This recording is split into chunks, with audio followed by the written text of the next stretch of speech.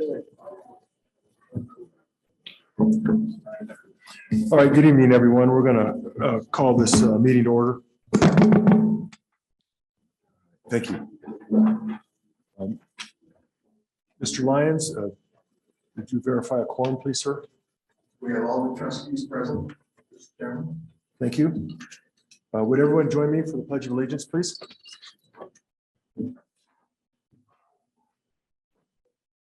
I pledge allegiance to the flag of the United States of America and to the republic for which it stands, one nation, under God, indivisible, with liberty and justice for all.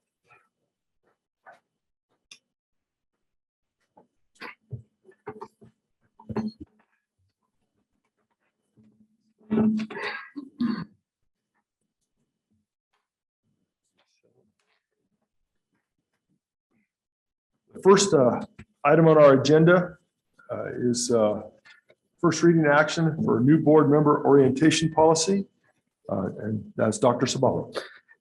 Thank you, Chair Banducci.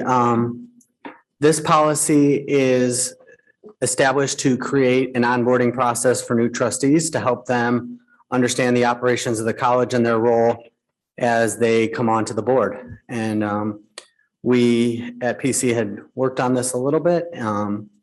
We brought it forward a little bit quicker because of tonight's actions and activities and thought that it was relevant. So if it pleases the board, we'd love to see them to get that approved. So when they approve a trustee tonight, we can start onboarding them and getting them ready for our April 27th meeting and the accreditation workshops. But if it's the will of the board, we can also put it on a second reading on April 27th as well.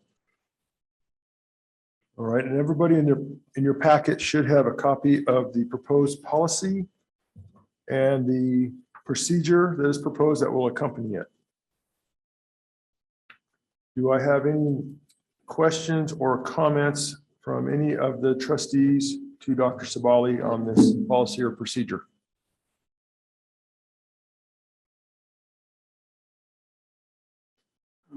All right, I'm not seeing any. We have it listed as an action item with the first reading.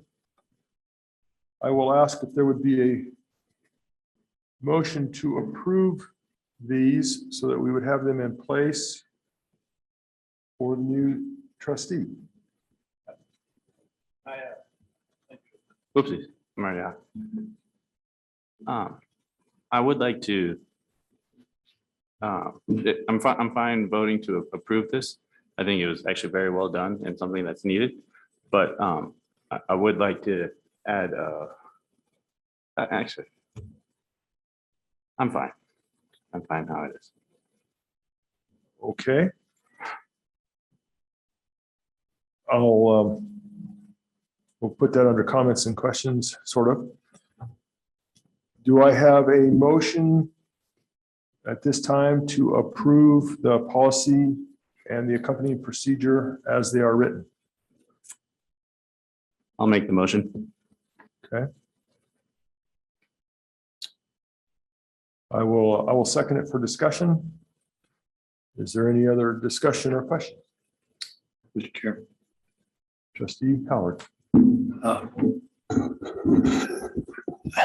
The indoctrination, the education of new incoming trustees is an important aspect. This policy and procedure addresses actually what we have historically done, puts it in writing. And there are many elements of it that I support. I'm not ready to adopt it tonight, though. I think it needs to have some work. As with many of the policies involving trustees, if there are violations of the policies, there's no consequences. This policy does not have any consequence if somebody does not follow the procedure or the policy. So I think it needs some work, but I think it's obviously a step in the right direction, but I'm not prepared to vote for it tonight. Okay. Do you Trustee McKenzie, you have something? do you have any input or thoughts on it? I just said I'm not prepared to talk about it tonight. I don't, I think that there needs to be a lot of review of it, and certainly needs to be some aspects of it that include some aspect of accountability in the event of violations. That's not in there at all. And I think that needs to be addressed in a logical and thoughtful way. Isn't it? Oh. Chair Banducci, right? Trustee McKenzie, do you have more to add? Just extrapolating thoughts out of Trustee Howard's thoughts is this board always has the right to censure, and this is in no way limiting a board's ability to basically reprimand a fellow trustee, but it does put in writing what they would be reprimanding them for. And I think it's a great step.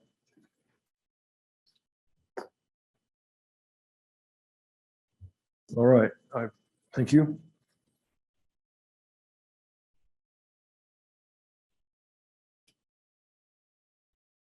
Are there any other comments or questions? Trustee Wood. But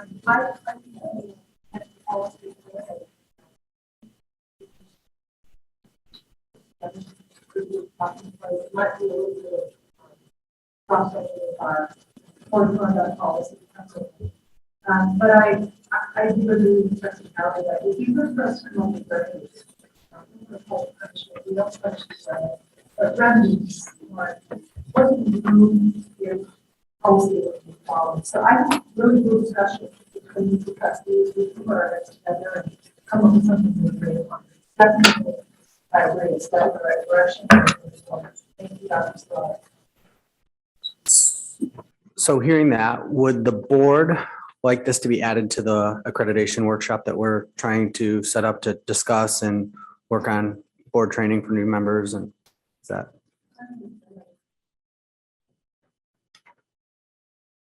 In light of the trustee discussion and comments, I'm not sure that a vote is in order at this time. Trustee McKenzie, would you withdraw your?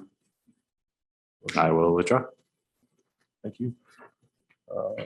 Dr. Sabali, if you'd like to try to schedule that, I guess in the interim, as this is being reviewed, Dr. Sabali, are you the responsible action officer on this, that if Trustee Howard or Trustee Wood had inputs or suggestions that would come directly to you? I would, this is a board policy, so it does not have to go through the Senate. It just applies to the board, so the board can do whatever they would like with this policy.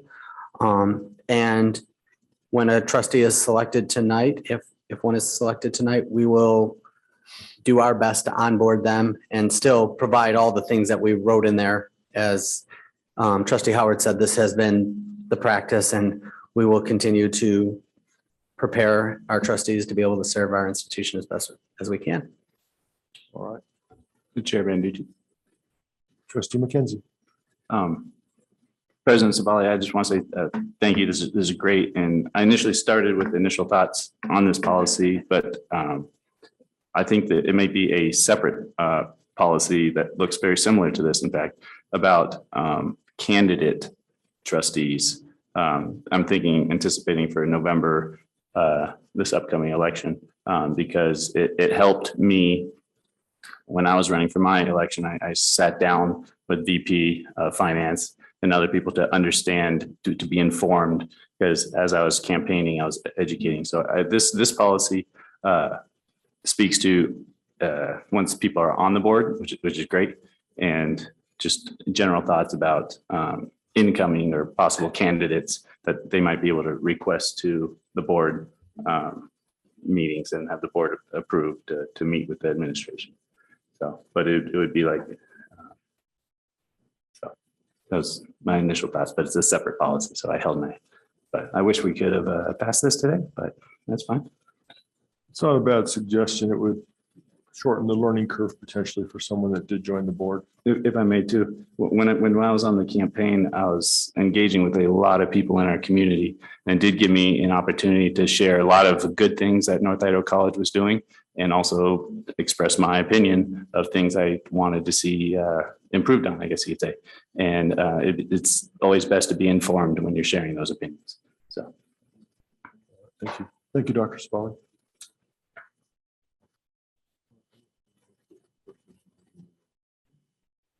All right, at this time, I'm going to make a brief statement. I've been working with Mr. Lyons as we prepare for this meeting. We've had a couple more conversations today. I'm going to say a couple words, and then Mr. Lyons has a few words to share. And then I believe the applicants will be sequestered and then called in the order of their interviews as they were randomly drawn. So just so everybody knows that everybody was drawn a list and it was randomly generated. I appreciate everybody being here tonight. I want to specifically express my appreciation to the 10 candidates that we have for the Zone 5 trustee position, for putting yourself out to do this, for the time that you've spent applying for, answering questions, coming here to be interviewed. It's not easy to put yourself out in the public square. So I just want to thank you for your concern and desire to serve North Idaho College. For those in the audience's benefit and for everybody, we are hopeful that we will pick a Zone 5 trustee today. That would be the best outcome that we could have tonight. However, I just want to mention that if for some reason we do not, that I would hope that everybody would be civil, nobody would vilify anybody, nobody's bad or wrong. If that's where we end up, it's probably just differences of opinion. So whatever the outcome, I would appreciate if everybody would remain civil. And the other thing is, while we're going through the interview process, and Mark may touch on this too, we'd ask everybody just to be on listen only mode. That would be fair to all the candidates. That's fine. Yes, sir. Thank you. Ladies and gentlemen, I want to make some initial comments here. And just as a reminder, I do this from time to time. This is a business meeting of the Board of Trustees. The purpose of this meeting is for the board members to interview candidates for the vacant trustee position. It's not a forum for the public to ask candidates questions. It's also not appropriate to ask you please not to react to either questions or to answer their given. And again, please don't clap or voice either approval or disapproval about a particular candidate or any other part of this process while we're doing this. Also, if any of you know the candidates, it would not be appropriate, and I do ask you not to have any communications with the candidates when they're sequestered through text, email, or otherwise while they're waiting to be interviewed. I do want to tell you a little bit about the process here, so you have some sense of it. The candidates, as the chairman said, the candidates will be called at random. The selections were made as they came in. That was done by the administration. So each candidate will have the opportunity to make an opening statement. The maximum for that is 2 minutes. And I would ask you, make it brief if you're a candidate and you're going to make an opening statement. Each trustee will have a brief opportunity to question each candidate, and I'm going to act as the timer, so please be patient with me. I will be as close to accurate as I can be. The candidates will also have the opportunity, if they wish, to make a closing statement that will not be longer than 1 minute.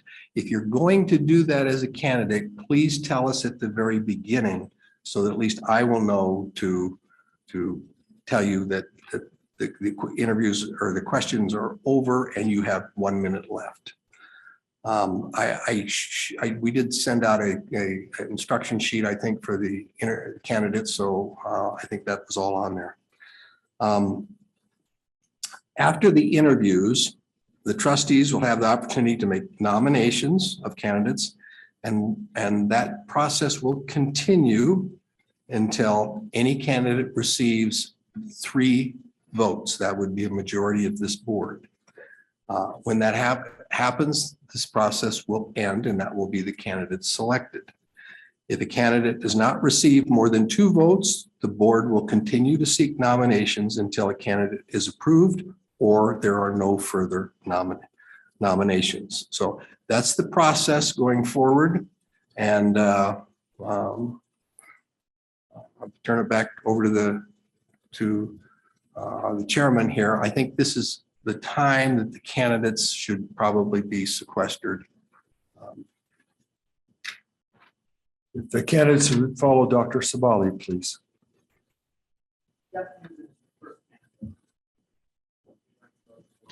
Okay.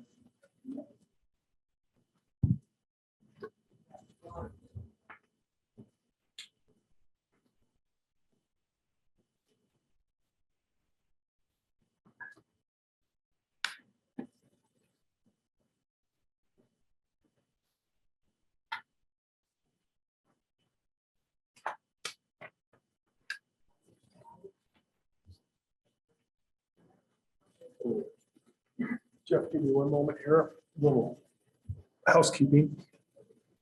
Unless anybody, well, let's do it this way. I have 2 ways that we can do the questions. I'm going to run this by the trustees quickly. I can do a consistent, just Christie, Ken, Greg, then me. Or we can change it up where Christie be first, then the next time Ken would be first, and then Greg would be first, and we rotate around.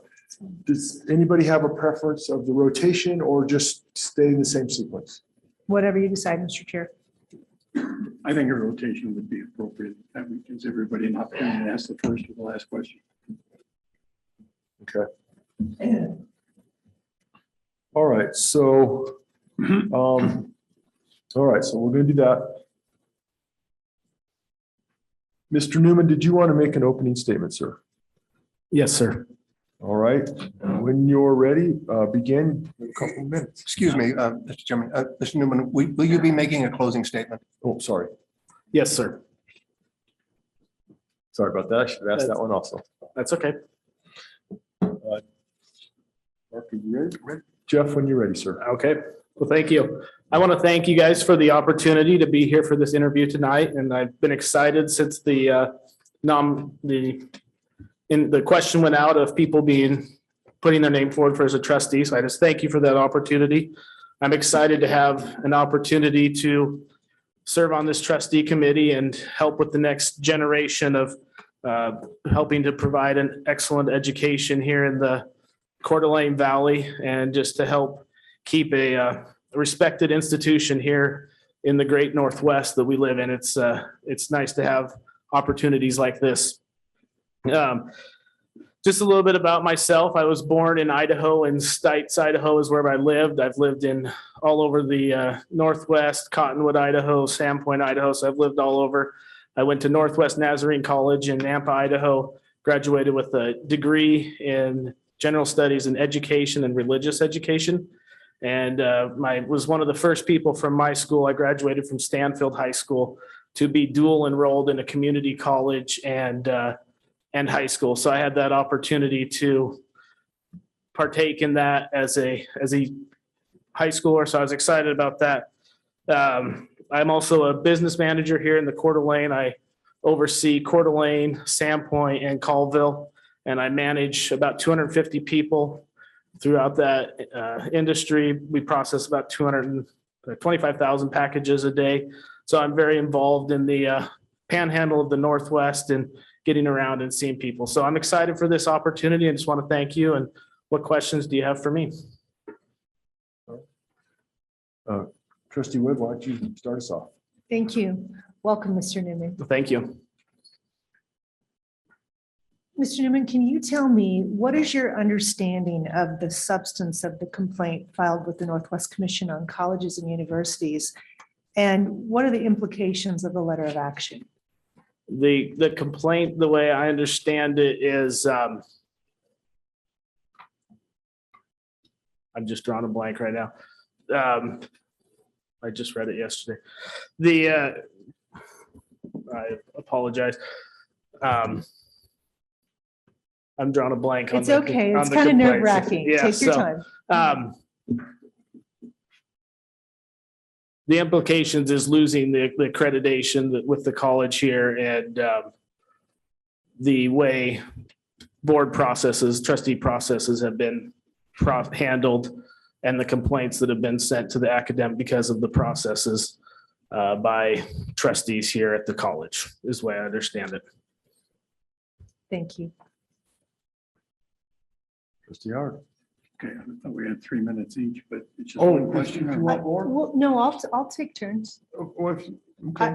Yeah. Yeah, we have 15 minutes total, so go ahead. Can I call you Jeff? You sure can. All right, good. We all get a little nervous here. so, Yep. Yeah, me too. Have you attended any of our meetings? I have not, sir. Have you watched any of our meetings on? I have seen YouTube. some clips of some, but I have never watched a full meeting. No. What do you know about the issues that are presently facing this board of trustees? Well, to be honest, it seems to me that it's an issue of relations and processes of how people view things should move forward. And what I see is mostly a relations issue of how processes are going to move forward, is what I see as the big issue from my seat. Is that what brought you to us tonight, is that you see these issues of relations? And I guess if the answer to that is yes, and I assume it is, what would you do to address those issues? I guess I'll be honest with you, that wasn't the reason. I guess I would say the reason I put my name forward is I saw that there was a need. And I've been one who has said, people need to get involved. And I said, well, no better time than the present to put my name forward to get involved. To me, it's finding out what the truth is and not wavering on the truth. And so if there's a violation, fixing the violation and moving on, so that the truth prevails, I guess is where I would want to go with any issue, regardless of what it is. Thank you. Trustee McKenzie. I have 3 questions, 3 minutes, and the first 2 are yes, no's pretty much. Okay. How much of the policy manual have you read to familiarize yourself with NIC's policies? A little bit, not a lot. That's fine. And have you attended many NIC athletics or community events such as plays or? I have not. And how do you come to consensus when 2 sides are so far away? So like when you both really disagree? That's a good question. How do we come to consensus when there's far more? I guess one is it depends on how if it's a majority votes and there's a 5 panel, the majority wins. And you may be on the losing side, but that's the agreed upon decision, and you may not agree with it, but that's the decision. And I think working together, trying to figure things out and taking a stand for what you believe, but also being willing to work through things to maybe come to a compromise that both sides can have a winning resolution is the number one thing. If that's possible, it may not be possible if there are things that just doesn't work out. Great answer. Feel free to cut me off for time. I'll just ask one more follow-up. Okay. would, as a trustee, you would be willing to give me the benefit of the doubt that I'm at the best interest of this institution. I guess you'd have to earn that. Okay.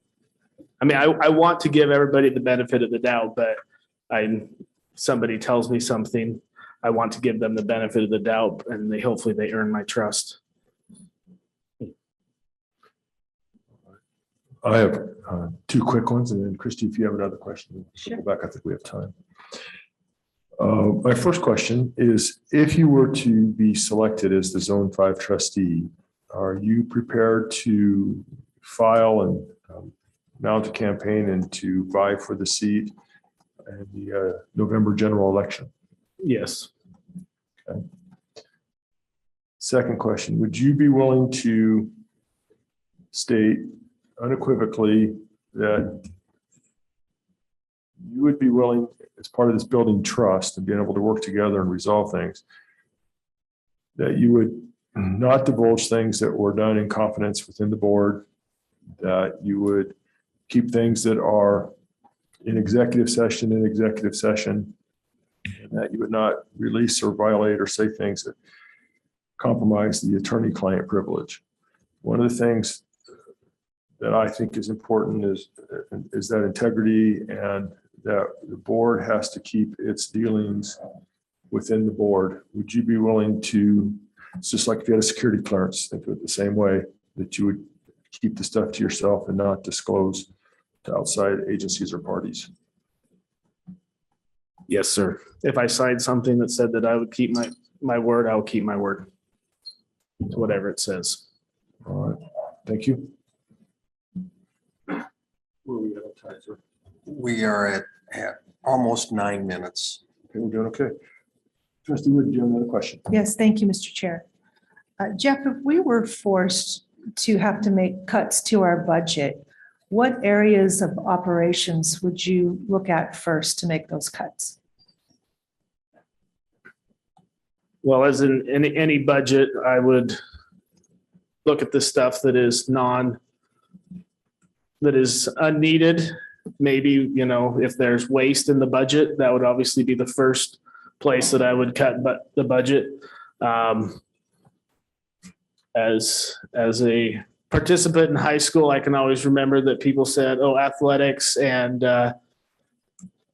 acting and all those things are always the first to get cut, but the most beneficial to the students. So I would have to take a hard look and say, I don't know what I would cut first, because I would want to make a balanced approach to what there is. If there's some non-essentials that can be cut, those would be the first things I would cut.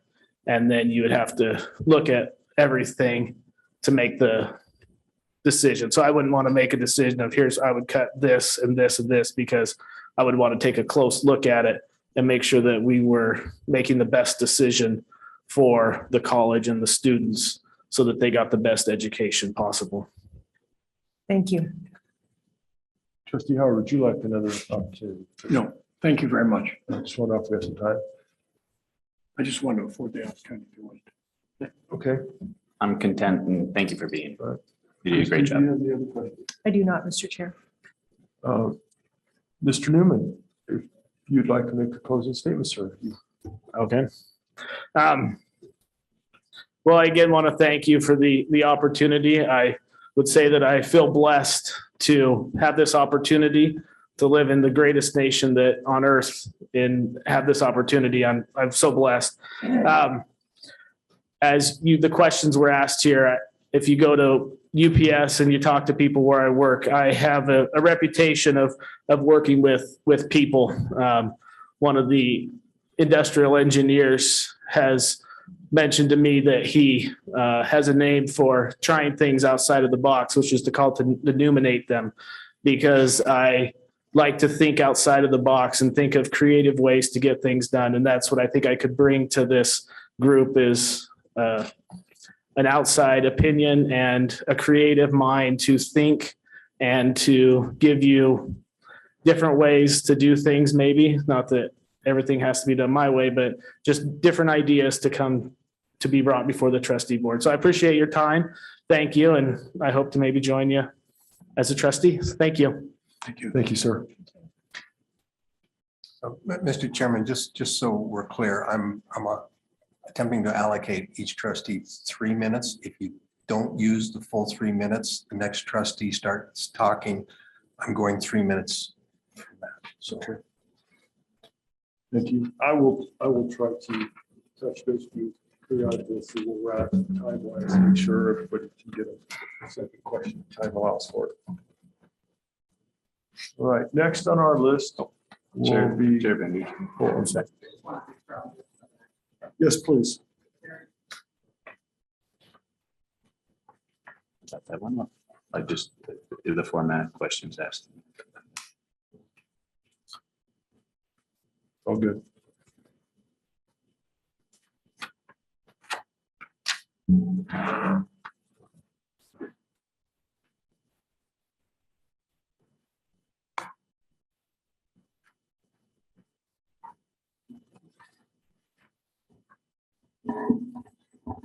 That's about right. You hear? Back row. Chairman Banducci, members of the North Idaho Board of Trustees, Mr. Lyons. Harry, may I ask you a question, sir? May I call you Harry? Absolutely. Would you like to make an opening statement? Just getting ready to. But I also need to know, sir, do you want to make a closing statement? Yes, I Make would. sure to allocate time. That'd be great. Thank you. All right, please proceed, sir. Appreciate that. You bet. I would like to get to know you guys a little bit and have you know a little bit about me. I was raised in a family of 6 kids, 5 boys and a little sister. We moved to the east side of the Spokane Valley in the mid-50s. And for the past 66 years, we've been members of the community. All but 3 years I've spent working and living within 30 minutes of this room. So kind of a lifer in the Kootenai County area. I moved to Coeur d'Alene in 2002 to become the superintendent of the Coeur d'Alene School District. And I was able to move following that up to Twin Lakes Village, which is 4 miles north of Rathdrum. And my wife, Sandy, we've been married going on 53 years. And I have lived up there for the past 12 years and with many of our closest friends living up there north of Rathdrum in Twin Lakes Village. After 6 years as the soup in Coeur d'Alene, I was hired as the first civilian director at the Kroc Center. I had the honor of being on that 12-person committee that wrote the grant for the Kroc. And so on Friday, I left my office and cleaned out my office. And on Monday, I started work at the Kroc. And during my time at the Kroc Center, I was involved with development. I was in charge of a lot of the hiring. And then I did the culture training for every member of the staff at the Kroc, including the majors, the Salvation Army majors. I was a school district superintendent in 3 different districts for a total of 17 years. I served in 3 of the most conservative communities, I say, on the planet, including the Northwest United States. I served as a superintendent in Freeman, which was a rural district, predominantly farmers, taxpayers. The Kalispell School District in Kootenai County in the Flathead, and then here in Coeur d'Alene. And I'm proud of the bridges that I was able to build, consistently had good relations with people of all religious and political persuasions. And we were able to work in the gray area of compromise to come up with things that were the best for the kids in every situation. So Mr. Raymond, your opening time. thank you. Perfect. Trustee Howard, you're first. Good evening. Hi. We met just a little bit earlier this evening, but it's okay if we call you Harry, right? Absolutely. All right. Yeah, even the kindergarten kids used to, so, you Good. know. Have you watched or attended any of our meetings? I have not attended an NIC board meeting. No. Have you watched any of them on YouTube or? I haven't sat and watched one from the beginning to the end. I have not. What do you understand or believe to be the problems we're facing right now as a board? Well, I have worked closely since 2002, including serving on 8 different boards and being the school soup on North Idaho College issues. Everywhere from curriculum issues to staffing issues to technology issues, and was on the committee that planned the tech center out on the prairie. So I've been closely involved with North Idaho College. As far as the board's concerned, my read on it is that we've got 4 people that are dedicated to what's best for the kids, the students. We've got teenagers all the way to senior citizens, each with their own dreams. And I believe every one of the 4 trustees sitting here tonight wants what's best for those students. The question becomes, well, what's the definition of that? And I think that's where there's room for ideas and maybe some experience in working through those issues as a 5-person board. You're going to let me know when the 3 minutes are up, right? All right, yes, you've got 1 more minute. Okay. What would you do to address some of the issues? Well, let me ask it this way. What caused you to apply for this position?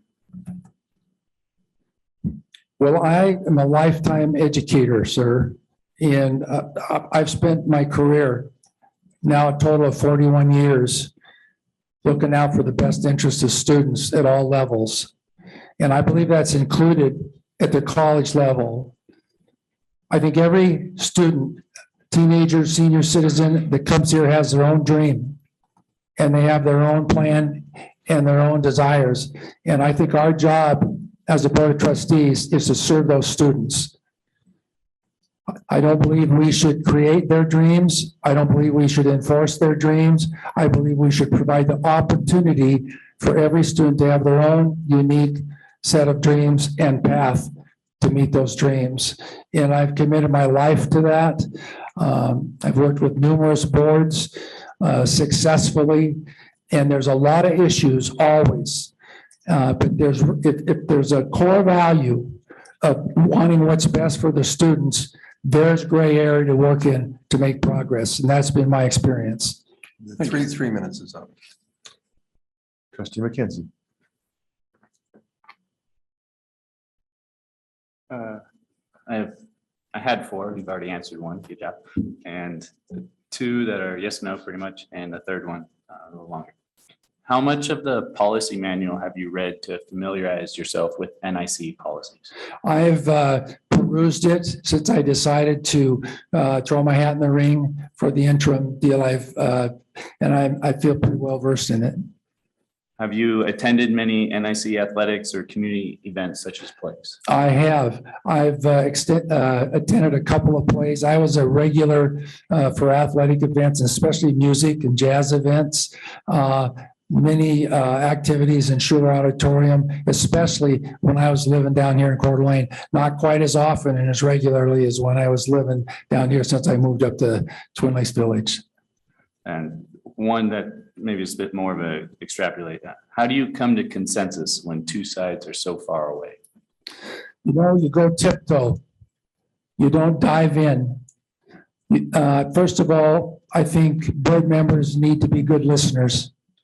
I think they need to form the habit of listening carefully, of taking notes, and of honoring the person that they're listening to. It's a great place to start when you're trying to build a trust bridge with somebody that you may not agree with on some political things.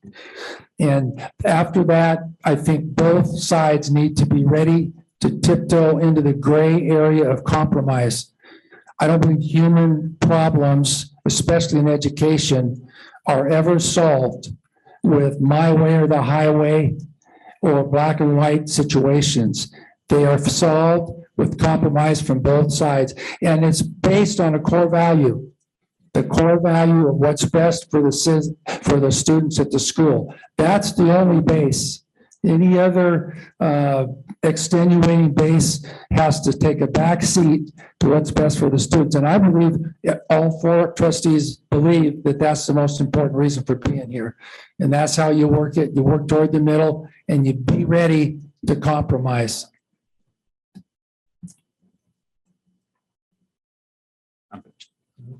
Thank you. Excellent. Trustee Wood. Thank you, Mr. Chair. Harry, welcome. Thank you. What is your understanding of the substance of the complaint filed with the Northwest Commission on Colleges and Universities and the implications of the letter of action? You know, I've studied that whole process since it started. My understanding is that the Accreditation Association is satisfied and even very supportive and proud of what's being done by the staff on the campus right now to provide the quality education that we're used to here at NIC to the students. I think that that's a fact that can get lost in all the conversation, is that while the board is working through some challenges, this community college is still giving a very quality product to the students. And that is why we're here. I think that I've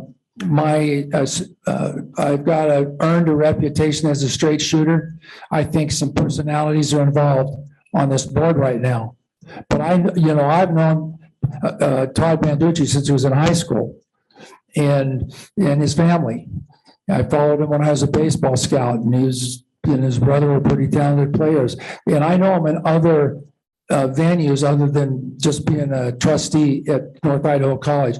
But I truly believe that all four of you trustees want what's best for the students, and that is the starting point. And I think the accreditation board wants that to happen. And I think that they have received input from different places, and they believe that improvement needs to be made in how the board is functioning right now. And it's really tough if it's if it's 2-2 board. Thanks, Harry. Yep. Good evening, sir. Good evening. Just a couple of questions. If you are selected as the new Zone 5 trustee, are you prepared to file and mount a campaign and run on for the seat for this position in the general election in November? That would be my intention, yes. Okay. Secondly, a lot of conversation today has been about trust. I think you've talked about it even a little bit, how we relationships and that sort of thing.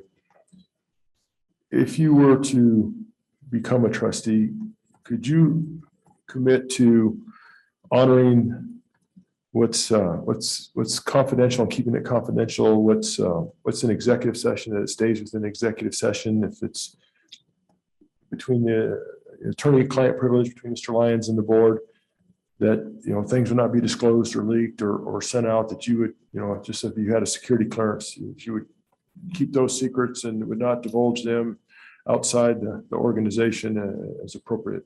Mr. Chair, the answer to that is yes.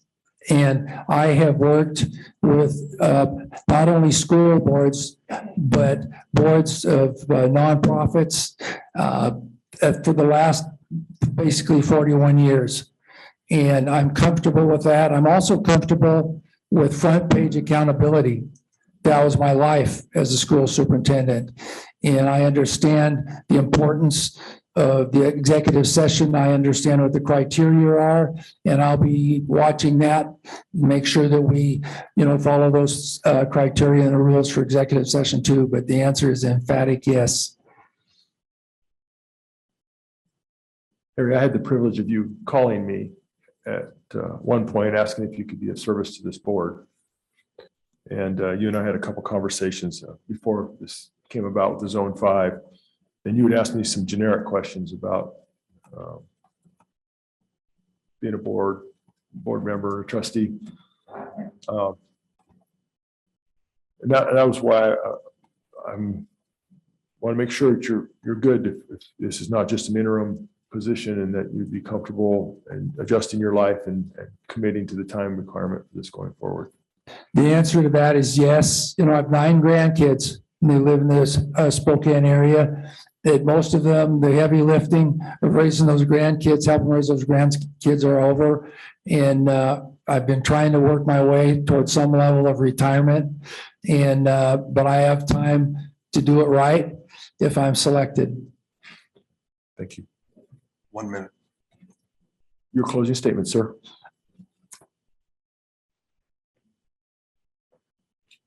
One minute. Closing statement. As a community leader in this community for 20 years, I earned the reputation of being able to work across the aisle. I worked with John Getty when he was the Senate Ed Committee, Bob Nonini, when he was the House, consider them friends, work towards solutions, active member, attender, not member, attender of pachyderm meetings. When the late Ruthie Johnson, Dwayne Rasmussen were running that, worked very well across the aisle and with all religions and all political persuasions. Finally, I'm a man of faith. I've been an elder in the 3 churches our family's worshiped in over the last 50 years. And I prayed this thing through, and believe me, whether I get it or whether I don't, it'll be an answer to prayer. So. Thank you, sir. That it? Yes, sir. Thank you.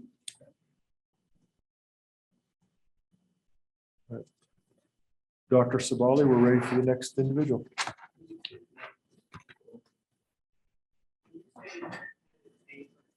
Oh, I'm sorry. Yes. Ann Hart.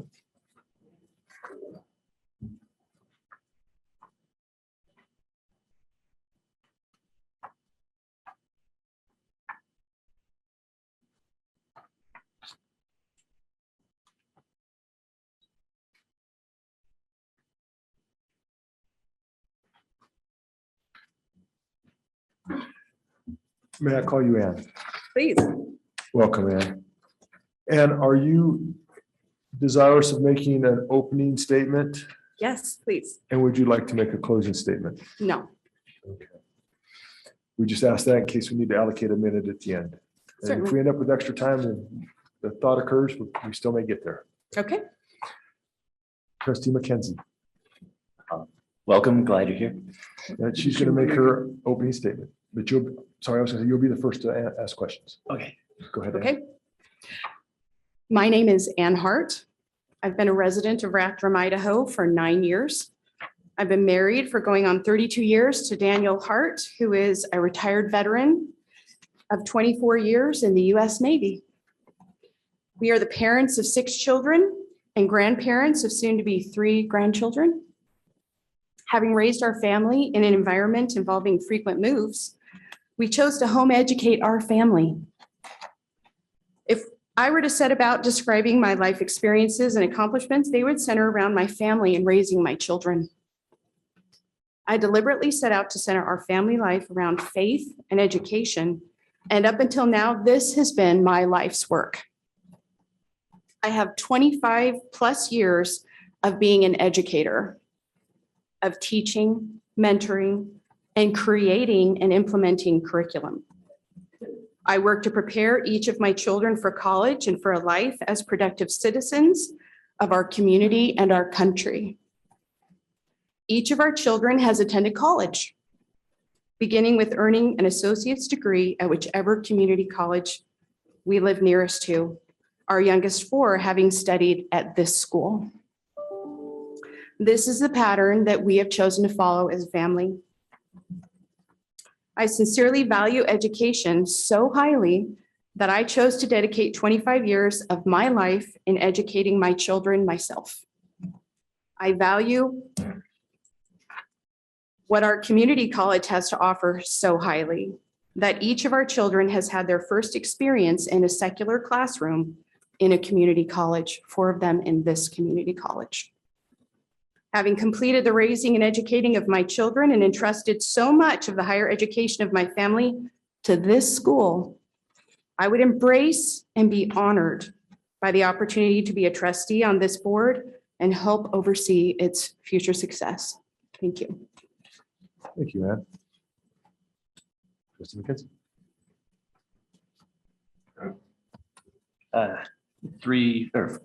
Four questions, and two of them are yes, no's pretty much.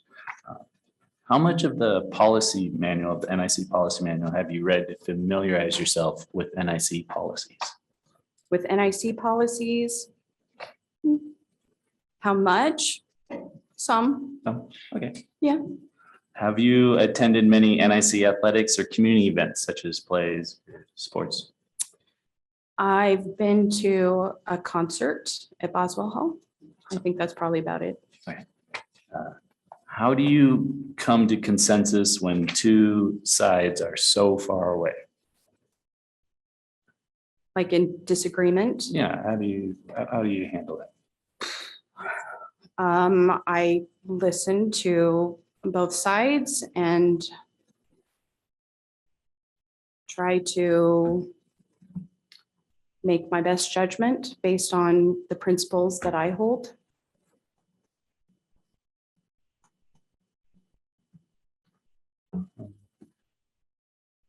All right, I think I'm done. All right. Trustee Wood. Thank you, Mr. Chair. Welcome, Ann. And what's your understanding of the substance of the complaint that was filed with the Northwest Commission on Colleges and Universities? And what are the implications of a letter of action? With the accreditation, are you talking about? Yes. My understanding is that the accreditation agency gave the school a warning that the summary of the complaint centered around concerns with the Board of Trustees and how it's functioning and some of the decisions that have been made. And that the accreditation board would like to see some of those issues resolved, and that is my understanding. Very good, thank you. Mr. Chair, I'll go ahead and ask the second question, if that's okay, thanks. We ran out of time last time. If we were forced to make budget cuts, which we have in the past, what areas of services would you cut first?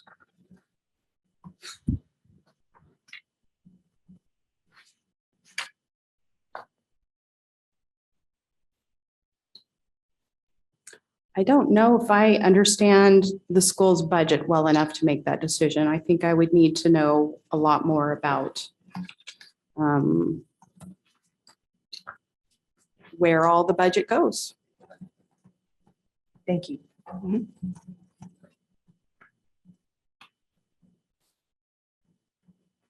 I just have a couple of questions, Ann. The first one is, if you are selected as the new trustee for Zone 5, do you intend to file at the appropriate time and to mount a campaign and to vie for the seat in the general election in November? Certainly. And my other question is, would you be willing to commit to having a certain level of I guess I'll just call it integrity regarding board functions? And by that, I'm talking about if something is confidential within the board, that you would hold it as confidential. If there's communications between our attorney and the board, attorney-client privilege, that you would not release those to outside agencies, you'd not share that information. If there was something that was an executive session, that you would keep that within the context of executive session. The same way as if you had a security clearance in the military, and you are often trained and told not to disclose information outside the organization or to outside parties or other things. And I just had to go through a bunch of training last Thursday while I was at the base, and I'm guessing your husband did that on a regular basis, so you know where I'm going here. Could you commit to that you would treat that as if it was classified information, and you would not disclose inappropriately. Yes. Thank you. Mhm.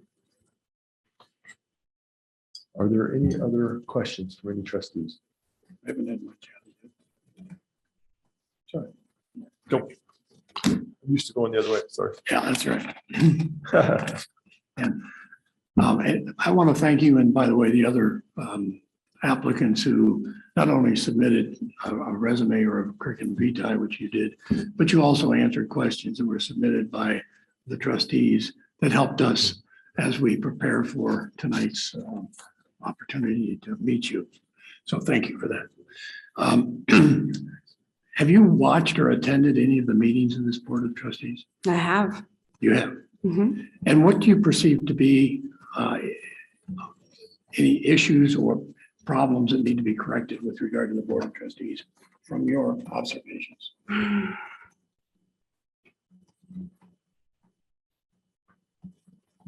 I observed that there is sometimes difficulty coming to consensus among the board. And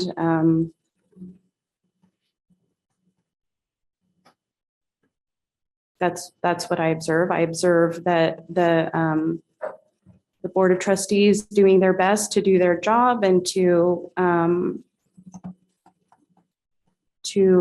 advocate for the school. And I see all of you taking your responsibilities as trustees very seriously. That's what I see. Thank you. What would you do to address the issues that you've noticed with regard to the board's conduct? I would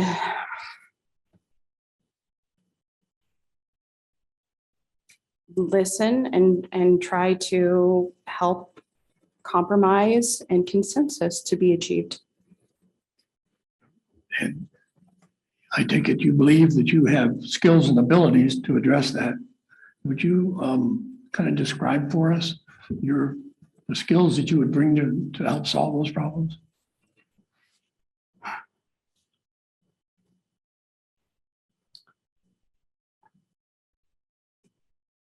I'm a good listener, and I have experience in my life of helping be a peacemaker between family members and between people at church and such matters. And sometimes it just requires helping each side understand the point of view of the other, and see that when there's disagreement, it doesn't mean that the people that you disagree with are bad people, or that they don't have the best interests of the school or the other party is at fault, but trying to help each other see the other side's point of view and try and come to compromise. And that is, I think, what is required. That's Thank 3 you. minutes.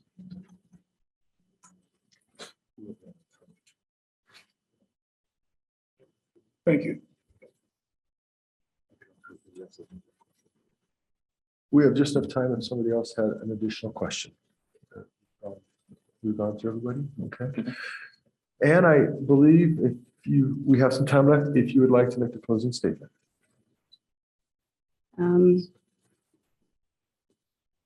I guess I would reiterate that I believe I could be a valuable member to the board, and that I would appreciate the opportunity to serve my community and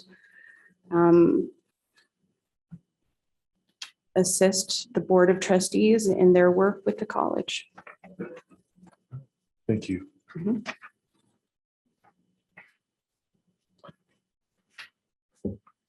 The next person is Tim Ploss, I believe it is.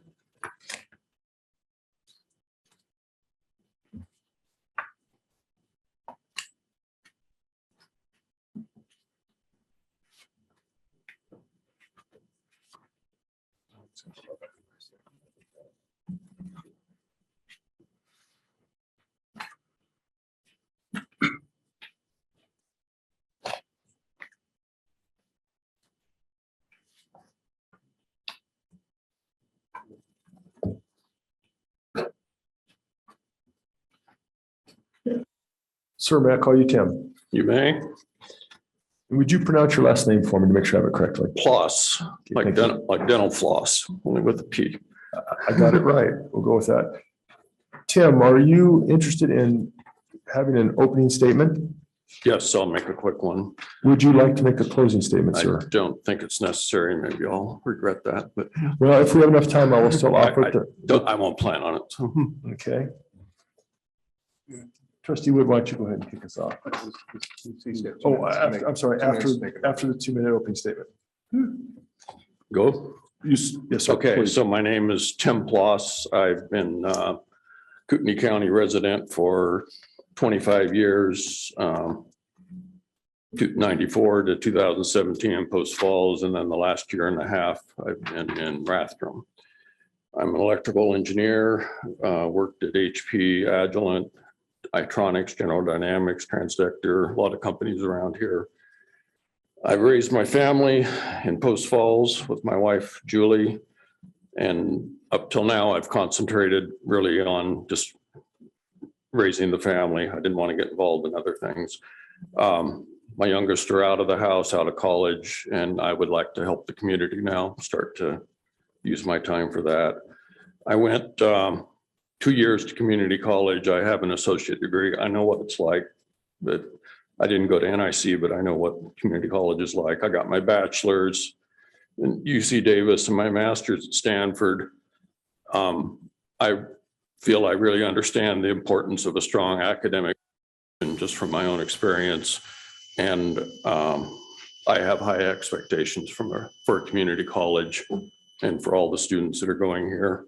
And I'd like to help NIC deliver that. 6 of my children attended NIC, 5 earned an associate degree.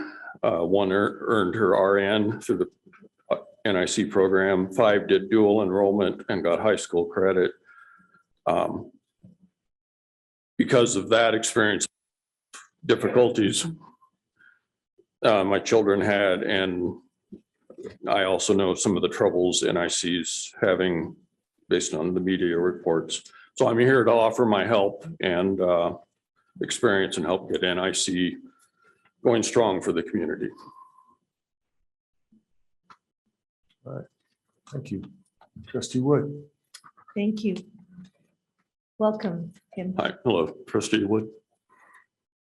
Tim, what's your understanding of the substance of the complaint filed with the Northwest Commission on Colleges and Universities and the implications of the letter of action? Well, I know the basis of it. It's, the basics of it. It's a risk of going on probation for accreditation, and to avoid that risk, certain things are recommended to be done. I don't know the significance of the risk of probation, whether it's just, and if it's something in the next year. But yes, losing accreditation would be disastrous. I wouldn't want my children going to an unaccredited school. So you probably lose a lot of students if you don't get it. But that seems like that's at least a year off from what I've read. Thank you, Mr. Chair. I'll do a follow. Tim, if the college were ever forced, which we have in the past, been forced to make cuts to our budget, what areas of services would you cut first? I feel there's been a lot of money spent on roundabouts and parking lots, and I don't know what's going on with that now, but that would be a lot of things with the property maybe we would put off. Would be, I don't know, I'm just not knowledgeable, but some things I'm sure can't be cut. If enrollment goes down, I would look at reducing staff. So depends on the situation, but you have to meet a budget. The money coming in has to pay for the outgoes. Thank you. Trustee Howard. You were next.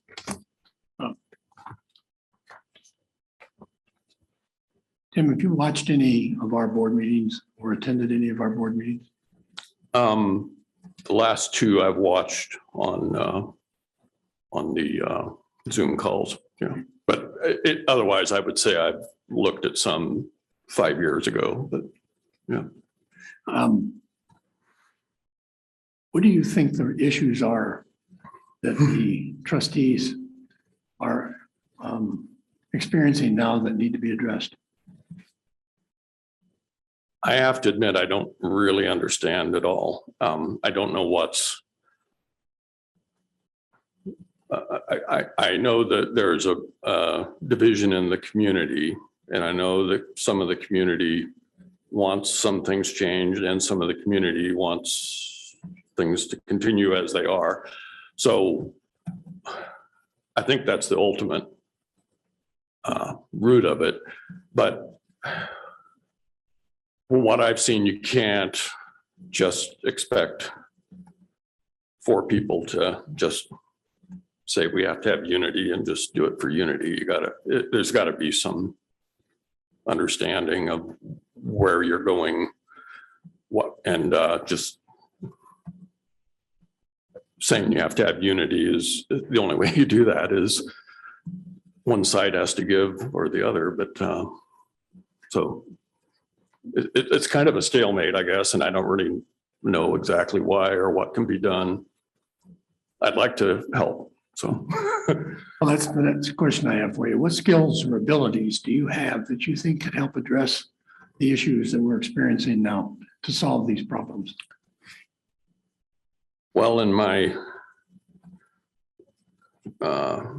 annual reviews I just had, I was told I'm the most humble guy in the group. So I would hope to bring that and not push myself on anybody. I would like to get to know each of you and get to know, really try to understand the problems. So I would try to come in with an understanding or to gain an understanding before I made any judgment. So it would take a little while. Several months probably. I don't know. Thank you. Thank you. Trustee McKenzie. Welcome. Thank you for being here. Yeah. How much of I have 4 questions, and the first 2 are just pretty much yes or no's. How much of the policy manual have you read to familiarize yourself with NIC's policies? I've read in Trustees section of the policy. I haven't read a lot of other policies, but that's the one I thought that was most important. So That's great. Have you attended many NIC athletics or community events such as plays?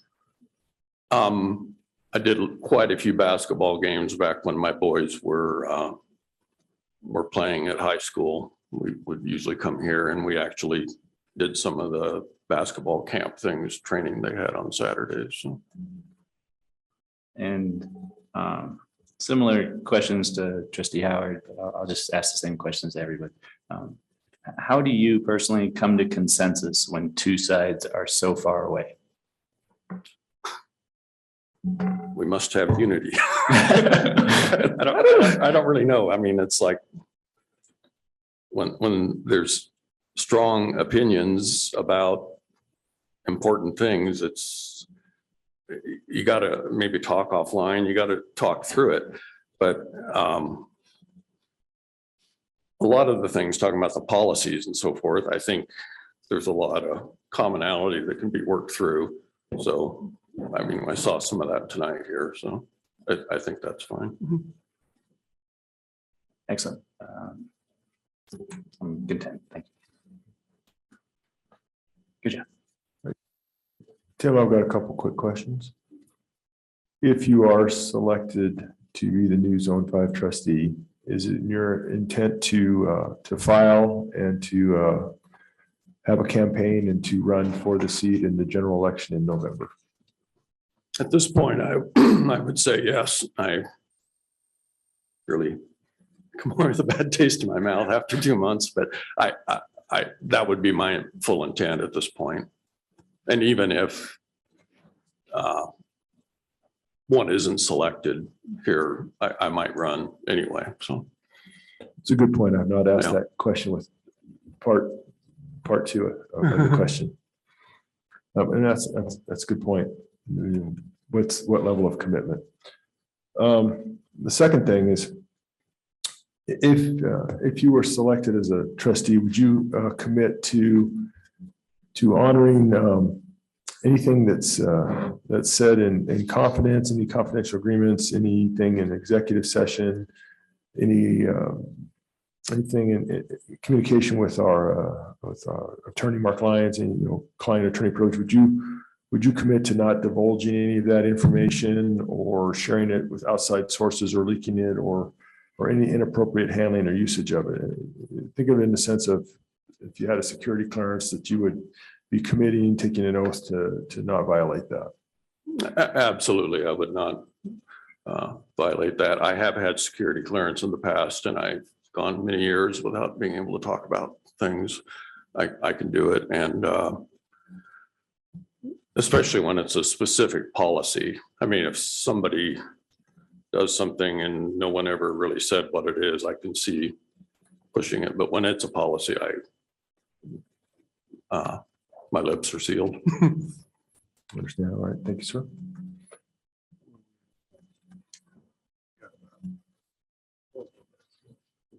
Are there any other questions from any trustees? Tim, we have several minutes left. If you would like, I'm sorry, Ken, did you? Oh. We have several minutes left. If you would like to say something here in closing. I guess I do sense, from the community attending in the past meetings that we're in a quagmire here, and I would really like to do whatever I could to try to figure out a way to move it forward. I can't imagine that what's going to happen if you don't get accreditation, and I think you've got some time to do it. So getting a good college president on permanently going through that process, trying to speed that up, I think would be a big help. But in closing, I guess I'm just here to help. So thank you, sir. Mm-hmm.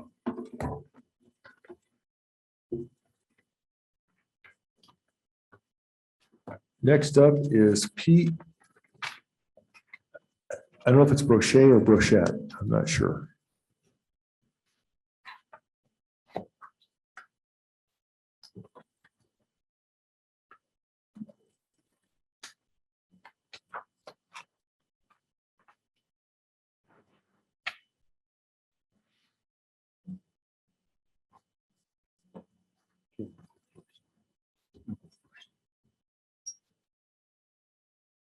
May I call you Pete, sir? Excuse me? May I call you Pete? You may call me Pete. Yes, sir. Would you pronounce your last name for us? Brochet. It is Brochet. Okay. Pete, would you like to make an opening statement? Yes, I would. I'd also like to make a closing statement. Thank you very much. Anticipated my second question. All right. When you're ready, sir. Okay. Good evening, Chairman Banducci, Trustee Howard, Trustee McKenzie, Trustee Wood. My name is Pete Brochet. I'm seeking appointment to the vacant Zone 5 trustee position.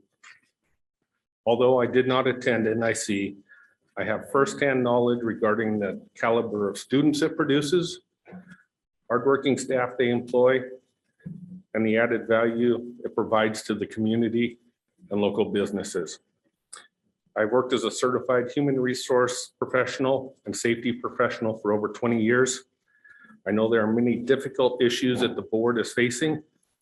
It has been my strength to listen to all sides of an issue before forming an opinion and making a non-biased decision that is best for the organization. Throughout my experience, I have learned that the desires of the various stakeholders must be blended together in order to keep the mission of the organization moving forward. The growth that North Idaho College has experienced, the growth that North Idaho has experienced over the last 20 years, and the growth that we will continue to experience are further proof that the Board of Trustees must work together to keep NIC sustainable and relevant to the community and local business. It would be my honor to serve on the NIC Board of Trustees and be part of the continued leadership that it provides the college. Thank you for taking time this evening to meet with me for the position of Trustee Zone 5. All right, thank you, Pete. Trustee Howard. Maybe we call you Pete. I think that was already cleared up, but I wasn't sure. Yes, sir. All right, thank you. Pete, I see that your background is in human resource, which is dealing with people's problems and complaints and trying to make a situation that might be bad, better, or worse. Yes, sir. Kind of summarize what you do. Yes. What's your understanding of the issues presently facing this Board of Trustees? Couple issues. First of all, there's the accreditation issue, which thankfully the letter that just came back last Friday was positive. There's still a lot of work to be done by the board, but at least there's light at the end of the tunnel. I would say the bigger issue that the board faces is they can't get along. A lot of issues, a lot of strong opinions. And unless the board can come together and work as a team, there's still going to be issues going forward. What skills and abilities do you think you have that would help us resolve these problems? Through my years of experience as a human resource professional, I've learned to listen to all sides and make a decision that's best for the organization, not for my beliefs, not for what I think is right, what's best for the organization. That may be your decision, but how would you help us get a better relationship between the board members? I think just working together. I believe that as part of the accreditation portion that just came down, there's going to be some training. I apologize. I haven't read the whole complete letter. I've just read what I saw in the news. So I think additional training and working together, having leadership that would mentor the rest of the trustees. Thank you. Yes. Trustee McKenzie. I have 3 questions and 2 pretty much yes or no's at the beginning. How much of the policy manual have you read to familiarize yourself with NIC policies? I have read the entire trustee portion of the policies, and I have perused other policies and procedures for the college. Have you attended many NIC athletics or community events such as plays and sports? No, I have not. And question maybe and extrapolate a little bit more on this one. How do you come to consensus when 2 sides are so far away? You've mentioned listening already, but is there any more you want to say on that? I would say listening, but talking it out, finding common ground, finding what is best for the organization. Sometimes it's not easy, but continued communication. Thank you. Trustee Wood. Thank you. Pete, welcome. Thank you. What is your understanding of the substance of the complaint filed with the Northwest Commission on Colleges and Universities and the implications of the letter of action? My understanding is somewhat limited. I understand that there were several human rights violations. From what I read, 4 violations that were filed. Beyond that, I have not dug too much into the subject. Okay, Mr. Chair, I'd go to the second question. Go ahead. Pete, if we are forced at NIC to cut the budget, we've had to do that in the past. What areas of services would you cut first? Without knowing what the budget is and what the cuts would mean, or how deep they have to go, it's tough to say that. what I would cut. I deal with budgets on a daily basis, budgets up to several $100 million at different organizations I've worked at. There's a lot to look at when you're making cuts. So I guess I couldn't say without further details on the budget as to what would be cut, if anything. Thank you.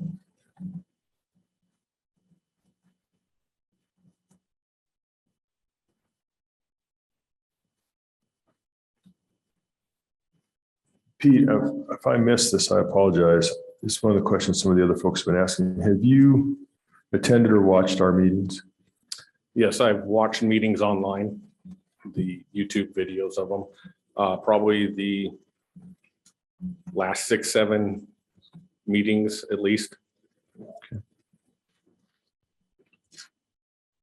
Pete, is it your intention, whether or not you're selected to be the new Zone 5 trustee, would you be inclined to file and mount a campaign and run in the election in November for the seat? Yes, that would be my intention, is to file and run in November for the position. Would you do that even if you weren't selected? I would consider that if I was not selected. Okay. Pete, my last question is one of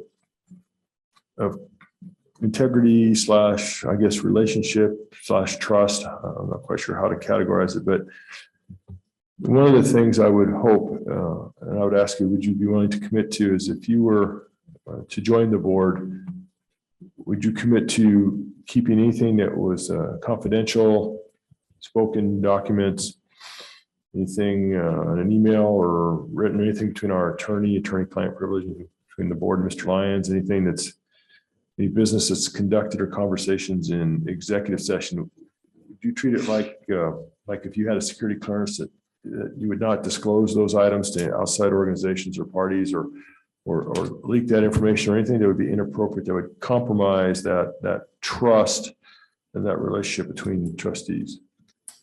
Yes, I would. And I deal with that on a daily basis, being in human resources for an airline. So dealing with confidential information, employee issues, employee investigations, attorney-client privilege.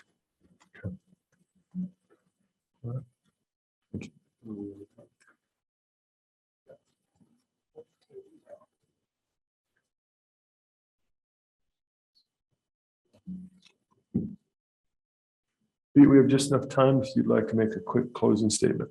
Okay. I am a lifelong learner. As a lifelong learner, I'm up for new challenges. I've discussed the additional time requirements that a trustee position would require with my wife and my employer. During my professional career, I've had the opportunity to serve on several academic advisory boards. While serving on these advisory boards, I was able to provide valuable industry input that in turn helped shape the course content. By being appointed to the Zone 5 trustee position, I feel that I can take my over 20 years of human resource experience and apply it towards keeping NIC sustainable and relevant to the community and local businesses. Thank you for your time this evening. Very good. Thank you.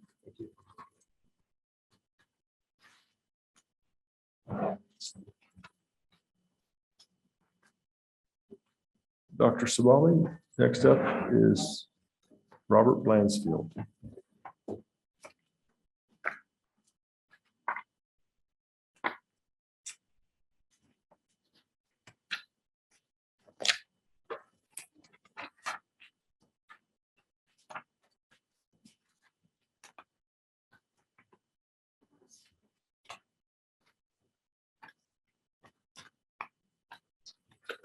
Greg, you go first.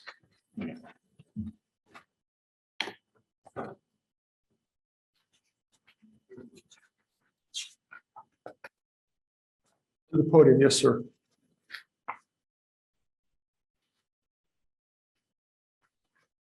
Feel free to go ahead and adjust that mic to where you're comfortable with it.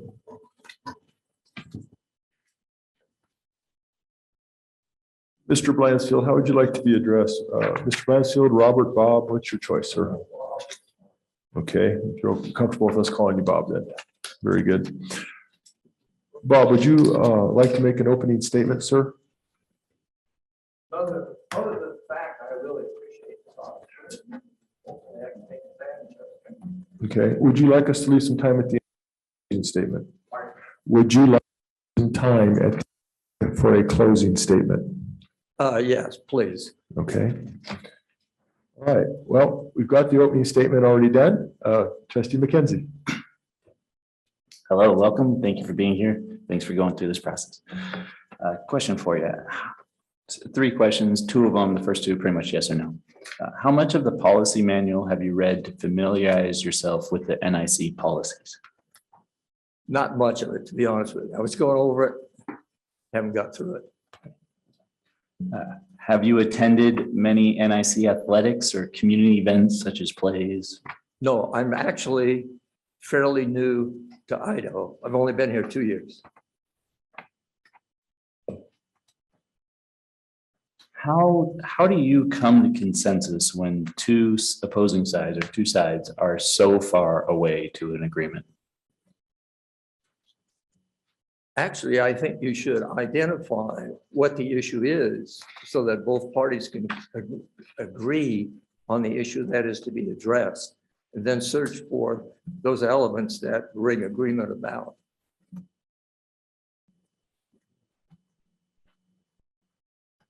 Agreement, okay.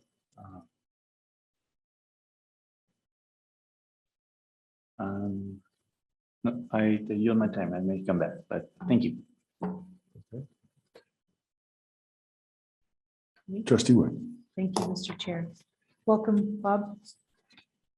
Bob, what is your understanding of the substance of the complaint filed with the Northwest Commission on Colleges and Universities and the implications of the letter of action? Are you the one that deals with accreditation? Yes, sir.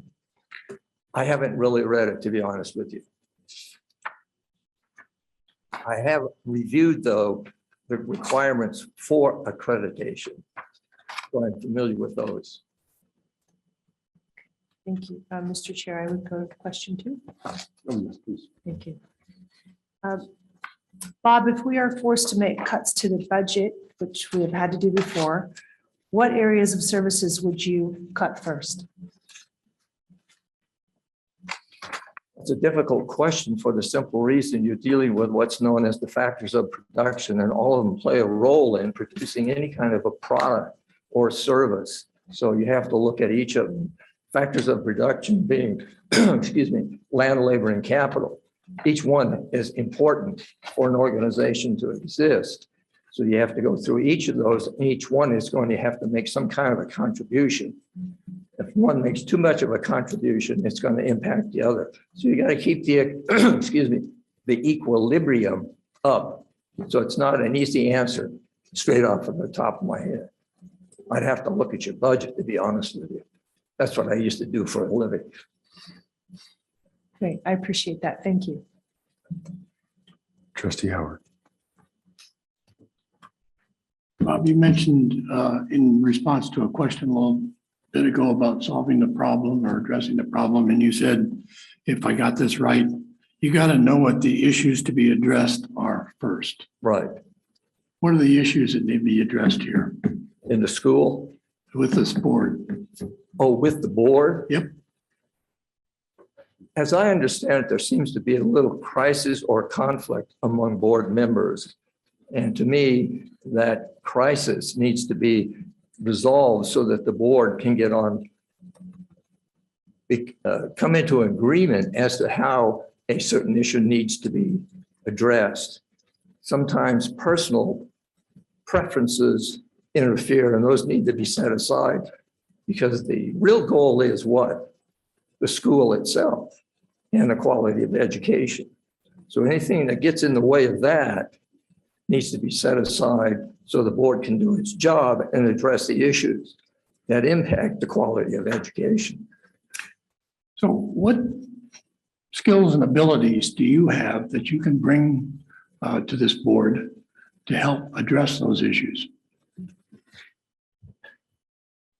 I've got over 30 years of experience in both private industry and the federal government. I hold an undergraduate degree in accounting and I hold a master's degree in management.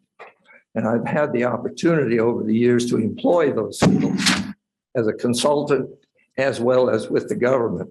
So when I look at a problem, I try to apply all of those skills that I've accumulated over the years in order to identify the issues that are causing the problem and assist those involved get on board in order to resolve it and identify that issue and the mechanism by which they're going to solve the problem. Have you attended any meetings here at IC, the board meetings? No, I have not. Like I've said, I've only been in Idaho for 2 years. Right. But in those 2 years, have you seen any of these meetings on YouTube or anything like that? No, but I'm sorry to say, I've been reading the newspaper, the Coeur d'Alene Press, both the editorial and some of the other comments that are being made. And that when I saw that, I thought, well, maybe I could get involved and help out. So that's one of the things that encouraged me to look into the position on the board of trustees. Okay. Thank you very much. I appreciate your answers.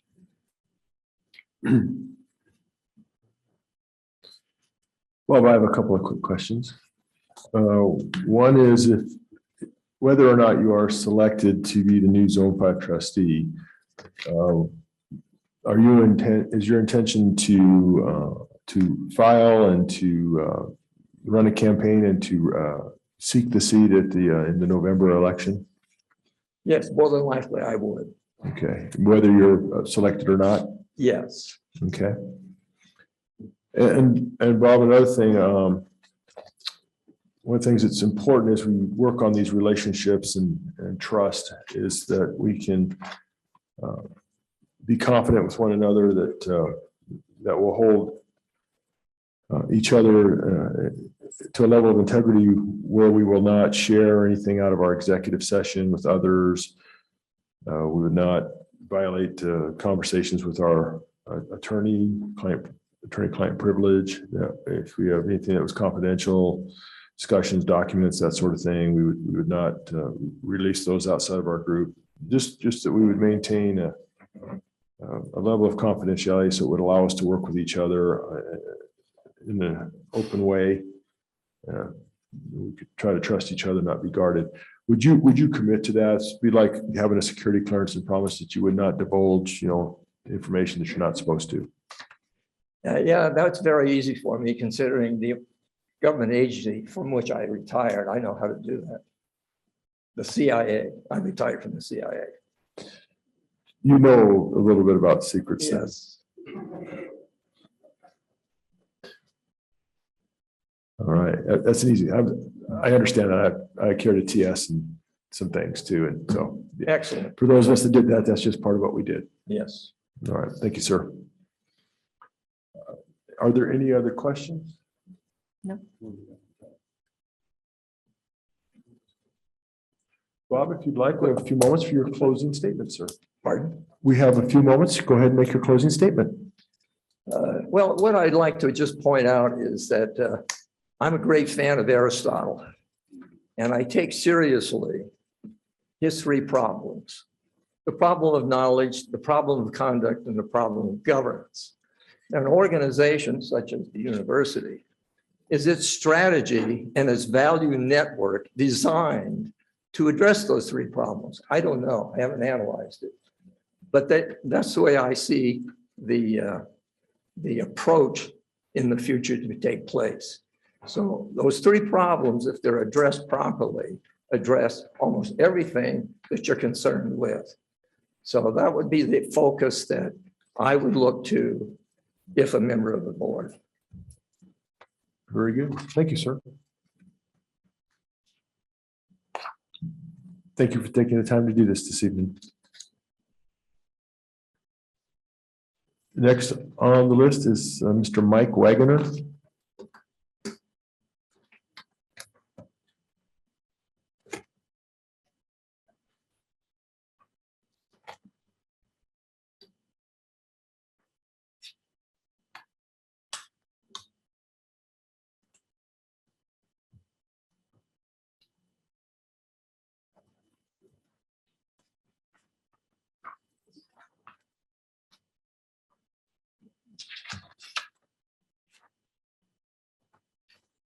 May we call you Mike, sir? Yes, And Wagoner is the correct pronunciation? Wagoner, yes. Thank you. Mike, you've indicated that you'd like to have time for both an opening and a closing statement. Is that correct? That is correct. All right. Why don't you go ahead and start, sir? All right. Thank you for the opportunity to be considered for the Zone 5 appointment. When my family came to Idaho in 1907 to homestead in Burley, this state was very different. Now with the rapid growth and influx of people from different areas and cultures, North Idaho needs to work to preserve the best of the old and deal with the challenges created by the changes. One key ingredient is to assure that there's a steady flow of opportunities for the young people, and that will require strong educational institutions so that they and the community can flourish. North Idaho College possesses a skilled, dedicated faculty and excellent facilities and is in an excellent position to provide that support. My background includes strategic business, technical, and people skills to assist with leadership by providing general guidance and removing obstacles by working with the other trustees. My focus has been providing business or technical strategic direction and getting people from different cultures and disciplines to work together for a common goal and doing that in an efficient, effective manner. I've been very successful at that. Thank you very much. Trustee Howard. Thank you first on this one.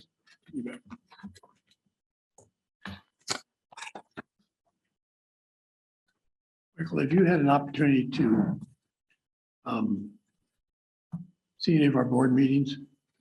I've been to 8 or 10 of them, yes. And is that in person or is that something you watched on? In person, I basically usually sat in the back row. Okay.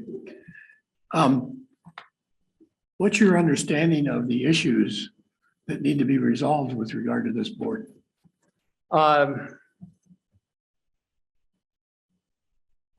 My understanding is that the board needs to work on working as a team. I've made a little list here: compromise, communication, and less emotion. How would you address those issues? If I were on the board, what I would do is, and I've led many teams and many where there was conflict. What I would do is I would talk to everybody and try and get their position and understand why they have positions, because I'm sure those positions would be valid, and then propose compromises and see if we could move forward that way. Do you think that that approach is something that would help resolve the issues that this board has now? I think it is, yes.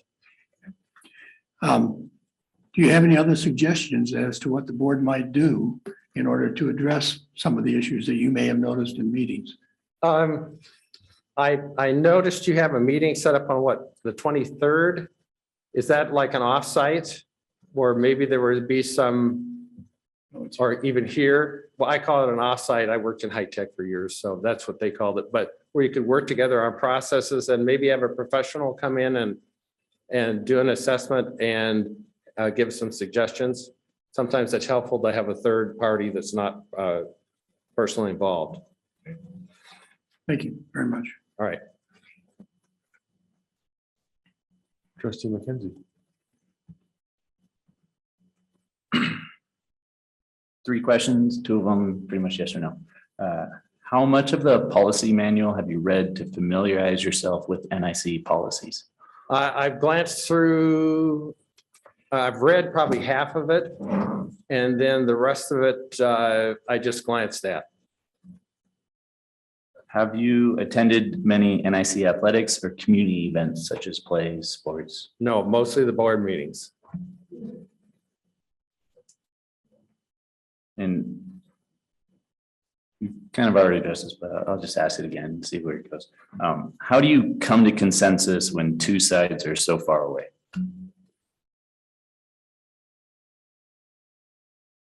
Generally, again, it's communication, and you have to have some compromise. If you don't have any compromise, then it gets very difficult.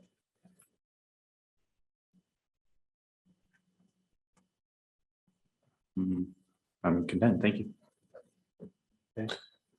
Trustee Wood? Thank you. Welcome, Mike. Thank you.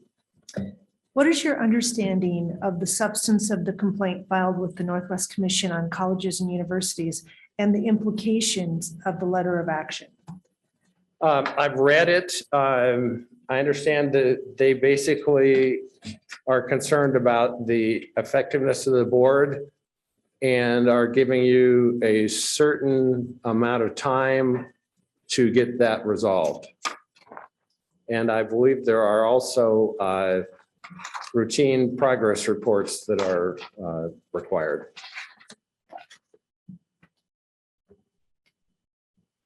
Okay, thank you. And then if the college were forced to make cuts to the budget, which we've had to do in the past, what areas of services would you cut first? What I would do is take a look at what the most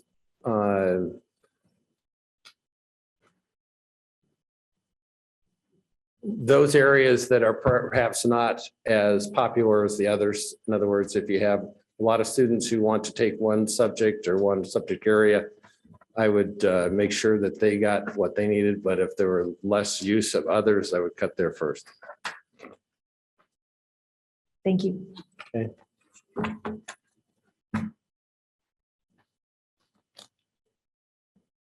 Mike, I have a couple of questions. They'll be fairly quick. Okay. Whether or not you are selected as the new Zone 5 trustee, are you intending to file for the seat and have a campaign and run for the seat in the November election? Yes. And that's either or. Right. Okay. Mike, another thing that I think is important, we've been talking with each of the folks up there, including yourself today, about essentially conflict resolution, if you will, about relationship, about trust, about working together. Mm-hmm.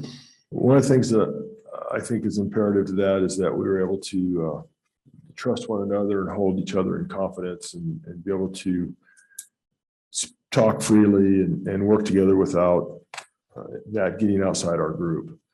Would you, if you were added to the board, would you commit to maintaining that integrity amongst the group so that you would not be disclosing or leaking to outside sources or sharing information that's out of executive session or between our attorney and the board, attorney-client privilege, or just things that are confidential, whether they be discussions or emails or documents or whatever? Absolutely. Yeah, I mean, it's just thinking of it like a security clearance, that you just wouldn't violate that oath and disclose information. Exactly. I think that that's mandatory. Okay. All right, sir.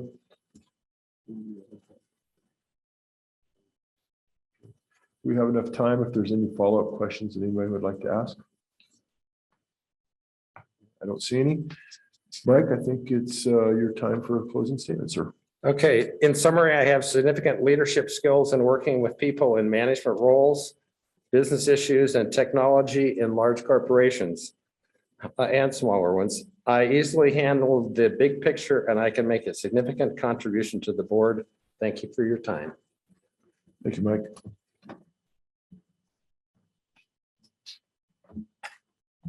All right. The next person on the list is Mr. Eric Shanley.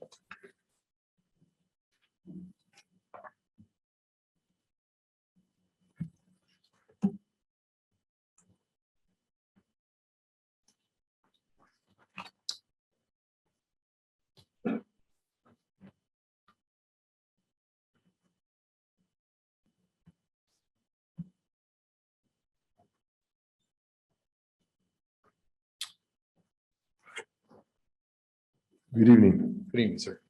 May we call you Eric? Yes, you may. Eric, are you intending to do either an opening and or a closing statement? I would like to provide an opening statement, please. Okay. Go ahead, sir. Okay, well, first of all, thank you for inviting me here to this interview. It's an honor, quite frankly, to be associated with the number of other applicants that are here. And it's nice to see that sort of thing in our community for the those that are here tonight to apply for this position. I'd like to tell the trustees that I've been involved with a very similar process that you're going through tonight, selecting a candidate to fill an elected position. I was involved with the passing of a former highway district commissioner that left the other two commissioners to consider his replacement. And so I know some of the challenges that were involved with that. And certainly it's maybe more so beyond the matter of whether or not the candidates are qualified or not. It's maybe more so even, can you work with the individual in the state of the electorate? And so I hope that you find that you can work with me. I feel like I can work with each one of you. I've sat in on some of the meetings and I can relate to points that each one of you have made.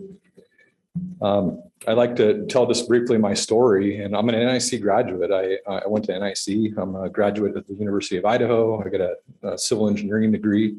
But really my passion why I'm here is because of an influential faculty member that had an influence on me in my life. And I think that's really kind of showing the mission of the college, what Barry Simon did for me. And when I share my story about Barry to others, my story wasn't really uncommon. And I find that to be not just true with Barry, who has a scholarship in his name, but with many of the other faculty. And so part of my growing up and in my professional career is, taking some lessons that I've learned in the military as an example, and taking care of your people, they take care of you. I find there's some balances with that. And part of that is, of course, my relationship to the community. I'm a fourth generation Shanley that's lived here in North Idaho. So I feel that I bring a lot to the table in that regard. With that, I'll stand for questions. All right, thank you, sir. Trustee McKenzie. Hi, welcome. Thanks for being here. 3 questions. The first 2 are just pretty much yes or no. How much of the policy manual have you read to familiarize yourself with NIC policies? Quite a bit. In the trustee request for additional comments, there was quite a considerable amount of, I felt, references that we had to refer back to the policy manual to even respond to the questions. I put a lot of time into that. I hope I'm not unique to that, but a good amount of time. And most of my time was spent studying and trying to educate myself on really the policy. And I felt that was important. To be able to understand how to respond to the questions. Awesome, thank you. Have you attended many NIC athletics or community events such as plays, sports? Well, I introduced in my introductory letter to the Board of Trustees. My daughter played on the NIC women's basketball team, and I attend the men's games too as well. Your daughter played, awesome.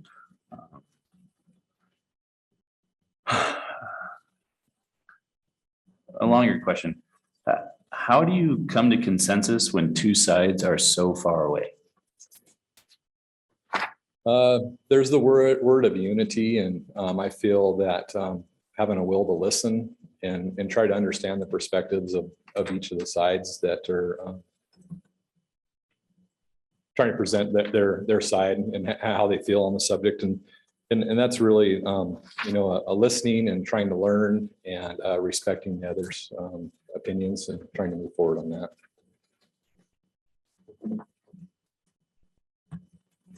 All right.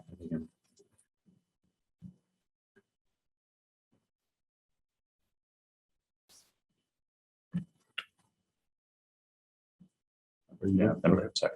Trustee Wood. Thank you, Mr. Chair. Welcome, Eric. Thank you.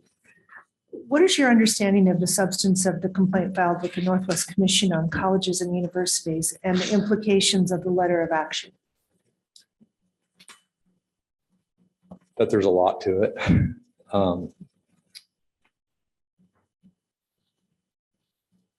That there, based on my understanding right now of the complaint, is that there's a will of the NWCCU to, I guess, address this unity issue on the board, and a desire for the board to work proactively towards trying to manage the college to ensure that there's these things that we talk about of academic freedom and such that are in place appropriately to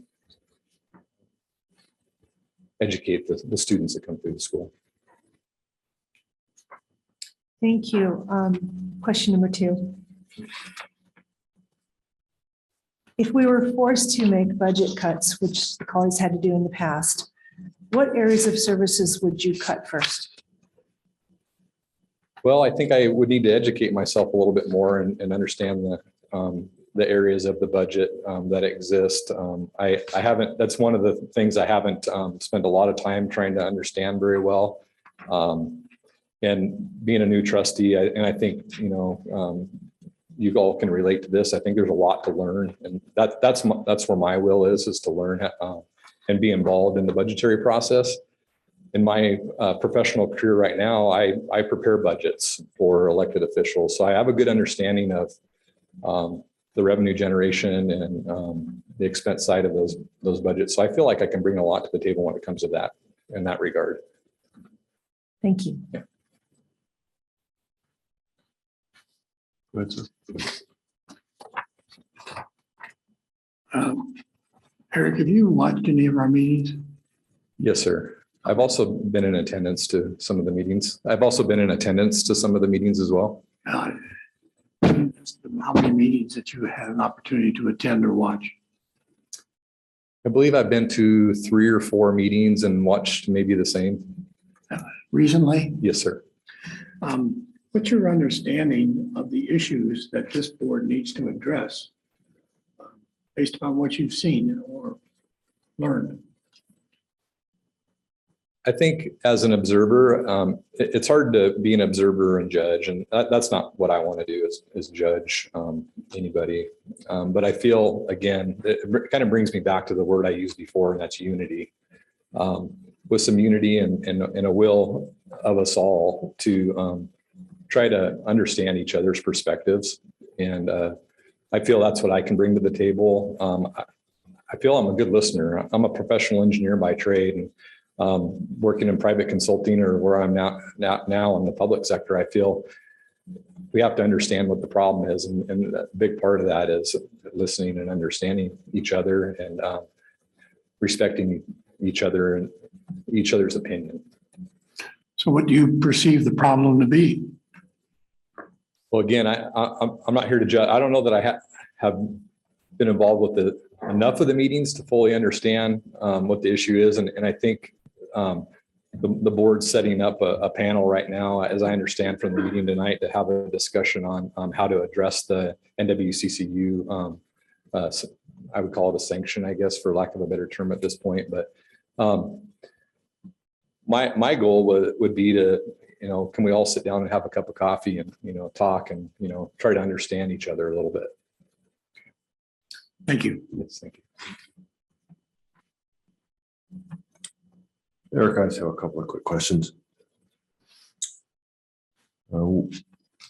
Whether or not you are selected as the new Zone 5 trustee, would it be your intent to file to run and then have a campaign and be on the ballot for in the November election for this position? Yes, sir, it would. And my wife's here with me tonight, and this is one of the big conversations that we had when I was talking about being willing to put my name in. And my willingness came with the November election, and I decided to commit to that. And that's something you would do either way, you think? Yeah, yes, sir, I believe so. Okay. Eric, one of the words that you used several times is the word unity. And when I heard the word unity, I think of people being collegial and how they work together. There's a cooperation, there's a trust. One of the things that I would ask if you'd be willing to commit to, because I think trust has been one of the issues, the ability for this board to work together. If you would commit to, if you were a board member, that you would be able to hold things in confidence, whether they be communications amongst board members at a working level and on executive session, you know, things that would be considered, you know, confidential documents, emails, things like that. communications with our attorney, Mr. Lyons, attorney-client privilege.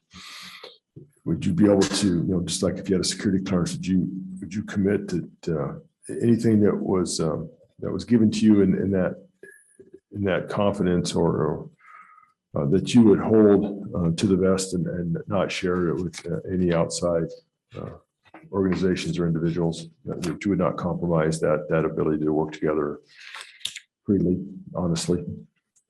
Yes, sir. I think that's part of my career right now is not only a professional engineer, but working in the public sector. I'm a certified public risk manager through ICRIMP, which is probably the same insurance company that insures North Idaho College and insures the public sector that I work for now.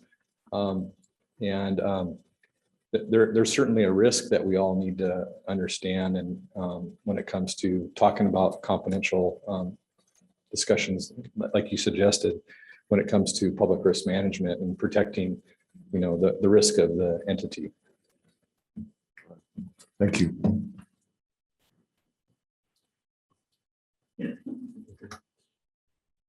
Eric, we have just enough time if you'd like to make a closing statement. Again, I thank you. I appreciate that, trustees. And again, I feel it's an honor again to be involved with the 10 people that applied. It's truly impressive to see our community, and being a lifelong resident here in Kootenai County, I can relate to a comment that you said the other night about pushing our neighbors out of the snowbank. And I can relate to that being a Kootenai County resident. I appreciate that. And my story and why I'm here, Barry Simon had a tremendous impact on me, and I know he had that of many others, and I hope to share that with you one day. All right. Thank you, sir. Thank you.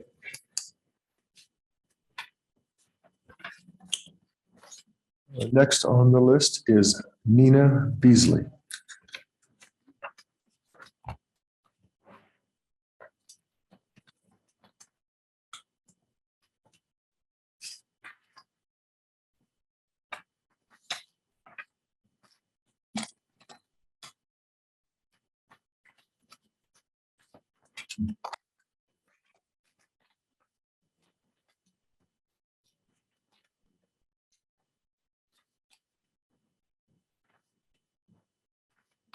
Hello. Evening. May we call you Nina? Yeah, Nina, would you like to make an opening statement? sure. And would you like to have the opportunity at the end to make a closing statement? I'm not sure about that because I don't know how long the questions will take. So, but I guess if the questions don't take the full amount of time, I'd be happy to make a closing statement. No, it's not a problem. We would be sure to allocate you some time. That's why I wanted to ask if you had interest. Okay. Very good. I understand. Okay. So, I'll let you go. No, it's your, So I can do my opening statement. if you would, please. Yes, ma'am. Well, my name is Nina Beasley, and I'm a resident of Rathdrum. I'm a wife and mother of 5 kids. My oldest is 20. Then I have a 19-year-old, a 16-year-old, a 12-year-old, and a 7-year-old. And I've homeschooled my kids throughout their entire life. I have a degree in education for teaching kids from the California State University, Chico. I have taught childbirth prep classes. I've tutored kids. I've worked as a doula in labor and delivery at Sutter Davis for 4 years, doing 2 12-hour shifts a month. And I even got into a master's humanities program for history, war, and human experience to decide that I did a great job in the history class, and then I went and did all the prerequisites for nursing. So education has always been an important part of our life. My kids, my 2 oldest started community college at 16 and 15. They have 4.0 GPAs. They've always worked. I always told my kids, put in 100%, and if you make a mistake, you'll probably still get an A. So my kids have always aspired higher, as well as myself. And I feel that as a board of trustee, you're here to help. First of all, you're serving the community, And you want everybody to have success in their educational experience. And so you're making policy decisions and following the law. Again, I feel like you're not here to just do whatever you want. You have to follow state law, the Idaho Constitution, statutes, policies, procedures. And yes, you are there to help set policy, but I've read the policy manual twice, and I think a lot of things that are in there are pretty good. So if you would like to ask me questions, that would be great. Trustee Wood, I think you're leading off this time. Thank you. Welcome, Nina. Thank you. What is your understanding of the substance of the complaint filed with the Northwest Commission on Colleges and Universities and the implication of the letter of action? Okay, from what I understand, they were saying that there was problems with the Board of Trustees not functioning very well. And from what I understand, everything else was with the college was doing pretty well. It was just really the Board of Trustees that was having a lot of conflict and difficulties.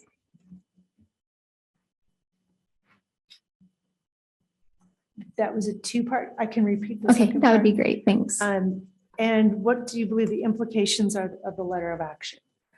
From what I understand, it was a warning, and the board really just needs to start doing their job instead of fighting so much. So I think that we have policies in place. We have a lot of good things going, that if people would not have so much infighting, they could get a lot of good things done and serve the community like they were elected to do.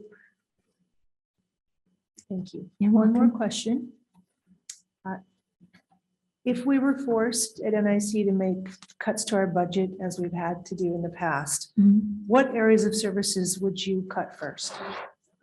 Well, I would have to see the data and the facts and to investigate what is going on with the various programs, or if it was instructors. I am a firm believer that you don't make decisions or take positions until you've seen as much information and as much of the facts as possible first. So it really just would depend on the facts of what's in that. So again, until I was seeing all that information, I'm not sure if I could really make that decision, because it would really determine on what the evidence is. So thank you. You're welcome. Yeah. Yeah. As with the other applicants, you were asked some number of questions, and yes, you gave us some answers, and obviously did a lot of time looking at the policy and procedure. Your answers are pretty exhaustive. Have you, in addition to that, watched any board meetings? I have. I haven't always been able to come to all of them because I'm on the Planning and Zoning Commission for Rathdrum, but since you had changed the date, I was able to make more of those meetings. What have you perceived to be the problems that the board is confronting? Well, there's a code of ethics for board members. And one of the things that it says is that when a decision is made, that there needs to be one voice. So if you agree or disagree with that decision, you still need to be supportive of the decisions until maybe you get it back on the agenda at another time and make those changes. And also, to not create divisiveness in the community, you have to be really careful what you communicate to the community so that you're not, first of all, you don't want to represent things for the board that speak for the board in that way. Actually, the president of the college is really supposed to be the voice for NIC, but you need to be supportive of those decisions, and you need to be civil, and you need to be able to I want to say, be very respectful of other. There needs to be more respect amongst the board members. And to, again, when you're making decisions, you're looking at facts, you're looking at evidence. And that's how you're basing your decisions on, not upon personality, not upon whether you like someone or don't like someone. You really just need to focus on the facts, the evidence, the decisions, the policies, and get the job done and serve the community, because that's what you're elected to do. And so I feel like if that focus could be changed, I think a lot more could be done. You've described for us what the policy and procedure describes that we should do. How do you propose that it be corrected? Well, actually, I think you brought up tonight when he proposed a policy was that that there isn't a penalty if it's not met. There's no penalty. Well, so maybe that's something that we need to do, is have some kind of, and actually you mentioned, we don't look at it as punishment, but maybe some more remedies. And again, there's already a remedy in there. You can censor and things like that. But again, I feel like when you're trying to make good decisions for the community, I don't feel that you really should turn this board into a war room or a war zone. Like, you really should be focusing on what is best for the community, what's best for the faculty, what's best for the students, what's best for the success of the college and the community at large. Thank you. You're welcome. Trustee McKenzie. Hello. 3 questions, but I'm going to modify the first one since you've already somewhat answered. And just to reiterate, you've read the policy manual twice? Yeah. Okay. Speed reading. Well done. I'd say that's probably the most. Have you attended many NIC athletics or community events such as plays or sports events recently? I haven't quite had that opportunity to do that yet because I had been pretty busy with quite a few other things. But that is something that as an board of trustee, I would like to see that. I'd like to see what is going on in the community, the NIC community, and being active and engaged to see for myself. And I'm definitely one of those people that I don't like to make judgments until, again, I've seen things for myself. And so when you can get out there, see what's going on with your own eyes, listen to people, I think that you put yourself in a better position to serve others. I like that. How do you come to consensus when 2 sides are so far away? Come to consensus within 2. Well, normally you have another person there that tips the vote. So sometimes people aren't going to come to a consensus, and that's why you have the quorum the way you do, so that there's the tiebreaker. Because sometimes people are not going to agree, but I do feel that people can disagree in a civil manner without character assassination or without tearing down the other individual, because that is a part of life. We're not always going to agree on our ideas or on our visions or on the choices we make. And so you have to learn how to be civil even in those situations. Excellent. Yeah. Be nice to have a couple of quick questions. Whether or not you're selected as the new trustee for Zone 5, do you intend to file for the position and have a campaign and be on the ballot in November to run for the seat? I think that's a really big decision. You'd have to be, for me, really prayerful about that, because there's a lot involved in running for a position. And that would be something that I would consider, but I would take it very seriously. It's a big commitment and a good commitment, and I would like to see who's running for that position first. I'd like to maybe talk with them, interview them, ask them what they think about things, and if by all means, if there's an excellent candidate and they're maybe their circumstances are better, or they just are the better candidate, I would support that person. But if I see the candidates and I'm like, you know what, I think I should do that, then I'll do it. It just kind of depends on on the circumstances after this. So. And my last question would be, we've been talking about working together and civility.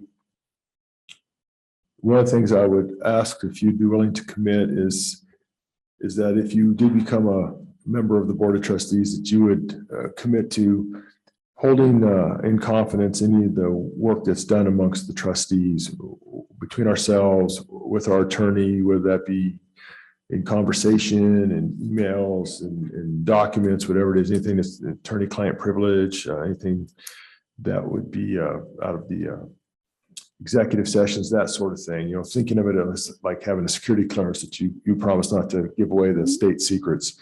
Because I think that's very damaging and it can be very hurtful to trust and the ability to work together, and maybe part of that civility that you've discussed. If you violate that confidence, would you be willing to commit to that?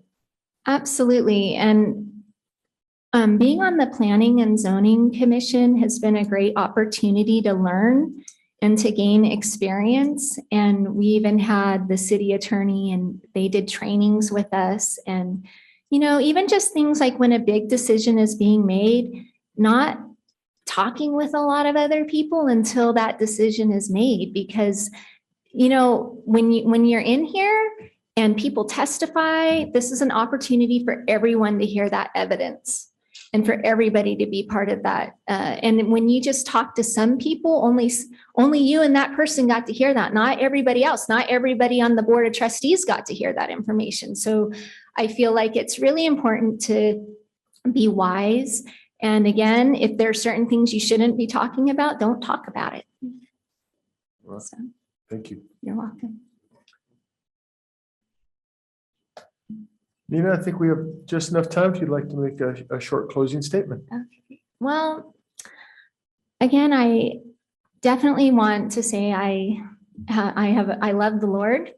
I have a strong testimony of our Savior, Jesus Christ. I love my family and I love school work. Otherwise, I would not have homeschooled my kids. So I enjoy learning. I love people in general, and I love our community. And I think that, again, this is a labor of love. It's an opportunity to serve. The decisions are very important. The ramifications have big impacts on students, on professors, on the college as a whole. And so I think that decisions need to be taken very seriously. And we need to be reverent and respectful, and we need to execute that position with honor and with personal righteousness. And that should be the standard, and having personal integrity. And again, treating all students, no matter who they are, with respect, kindness, and with love, and to truly care. One comment that I've heard before was, people don't care what you know until they know that you care. You truly have to care, and you can't just care about these people or these people. You have to care about all people, and that is something that. And if you make a promise, you need to keep it. And so if this is what I'm saying that I feel I should be doing, this is exactly what I want to be doing. And if somebody felt that I'm not doing it, I'd want them to come to me so that I could repent and change it and do better. So thank you. All right. Thank you very much.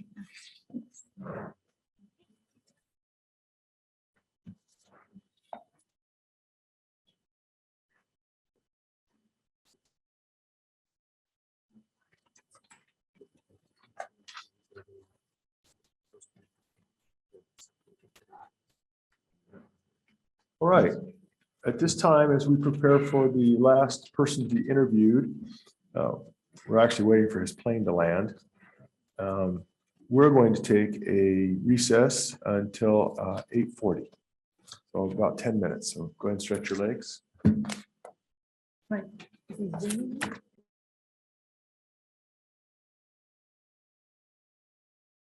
This guy hasn't heard the process. He doesn't want to hear the whole thing. Yeah. Just.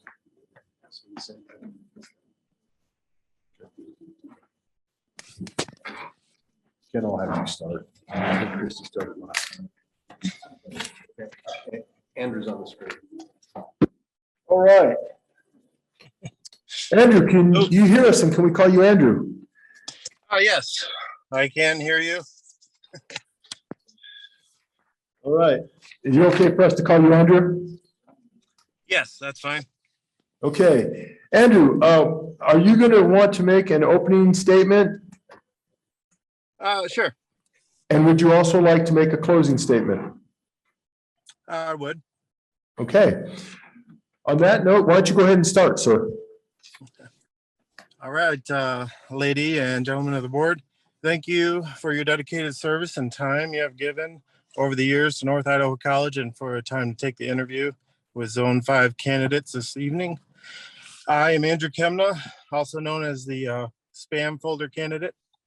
It's a pleasure to meet you, and I'm on the road, so please excuse my physical absence and slight jet lag. Just got into Memphis, and I'm sitting in my rental car. I'm a dad to 5 amazing daughters, ranging from 26 to 3 years old. I'm a retired Air Force senior master sergeant, and I've been at Empire Airlines as a quality manager and auditor for the past 4 years. I've also taught classes for Embry-Riddle Aeronautical University and Civil Air Patrol. I would like to just briefly touch on how a few of the new board member affirmations asked of the future trustee would apply to me. I would dedicate the time and energy required to be effective and provide exemplary service as I have in my past 27 years in highly regulated policy-driven careers. While I don't claim to know everything about NIC, its policies and regulations, I am a proven quick learner. I have a history of being an effective, active listener and making fair, balanced, and proper decisions while remaining calm and collected. I look forward to the pivotal task of restoring harmony to the governance of NIC through the cooperations despite any personal differences we may have. The common goal of this board should be for NIC to thrive to meet community need of training and educating our future generations, not dividing them. I have no desire to participate or engage in activities or communication with the community which are not in the best interest of NIC status as an accredited institution. I will absolutely respect the majority decisions of the board, regardless of my personal preference or vote on the particular issue. I have a great passion for the interests of NIC because it fills a critical role in education and economy in North Idaho and the future of our workforce in helping them achieve their education skills-based goals and careers. I will not condone or participate in unwanted criticism of fellow board members. Each trustee is elected and ultimately held responsible for their performance and behavior while on the board by citizens who have the power to elect them or their replacement. Finally, I'm not here to serve any particular interest group. I'm here to serve the timely role of restoring faith and governance at NIC to help its standing in the community, its relationship with students, the administration, the benefactors, and the accreditation board. Thank you. All right. Thank you, Andrew. Trustee Howard will start the questions. Andrew, this is a little bit unique. So can you hear us all? Good. Yeah, I can hear you. Good, good. I want to just get your understanding a little bit about the board. Have you watched any of our meetings or attended any of our board meetings? I have not been able to, no, sir. Have you, do you have any understanding of what the issues are that the board faces that need to be addressed? Well, right now, obviously the main issue is the governance, lacking a board member right now, being just 4. It's kind of hard to vote on the things that you need to, like some of the temporary fills that you have in vacant positions that are currently needing to be filled to fulfill the roles of NIC. Obviously, any other strategic decisions that need to be made for the college going forward. Anything, I'm sure there's getting to be a backlog. So right now, the critical issue is the governance that is called into question, and we got the warning for. So obviously, filling the needs of NIC through appointing those positions are kind of critical right now. So you've indicated that the critical issue is the performance of the board. How do you see that? What is that? What's the difficulty with the board performance? Well, right now, I mean, from what I can tell, it's kind of a split board. It's hard to make any decision, and whenever you got an even number, a 2-2 decision doesn't get you anywhere. So right now, you need that middle moderator to help you get across the finish line on these important decisions that affect your governance. Do you know any of the present board members? Not personally, anybody. No. You don't have any relationship at all through any organizations or anything of any of the present board members? Not through any organizations, no. So. Okay, thank you. Yep. Thank you. Oh, thank you, Ken. Trustee McKenzie. Thank you for making do even on the run. How much of the policy manual have you read to familiarize yourself with NIC policies? Obviously, the first time I really started digging into it was when we had the initial set of questions sent out that we needed to answer last month. And that's when I really started digging in to the policy some. I'm a policy guy, whether it was in the military or for Empire, FAA. It wouldn't take long for me to get through. I've seen kind of the setup and obviously all the policies that you have for the college there. It's like any governing institution, there's a set of rules and you need to follow them. So I'm kind of used to that. So I'm not excellent. I'm not well versed, but I have gone through and understood what I've read so far. Thrilled to hear that. Have you attended many NIC athletics or community events such as plays or sporting? I have not. I've been in the area for 4 years now. Just starting to really branch out into the community, getting tied in. I've been fairly busy. We moved once already since we've been here to a different property when we moved to Rathdrum out of the city, and just finally getting settled in my work environment there at Empire and ready to start becoming an active member of the community, really. How do you come to consensus when two sides are so far away? Well, obviously there's got to be common ground. All four of you have volunteered and put your time and efforts into this institution for one reason or another.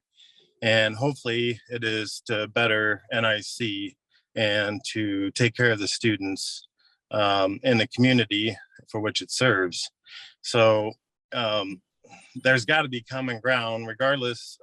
You got to take maybe the political ideologies out of it and come together for the common goal of the betterment and accreditation of the school right now to keep it moving forward. So those issues need to be set aside or resolved in a way that we can move forward for the best interest at NIC. Thank you. Trustee Wood. Thank you. Thank you, Greg. Welcome, Andrew. I can see you. There you are. Hello, Christy. What is- Sorry about the lighting. I'm in a rental car with the dome light on. Oh, you're fine. Just lock the doors.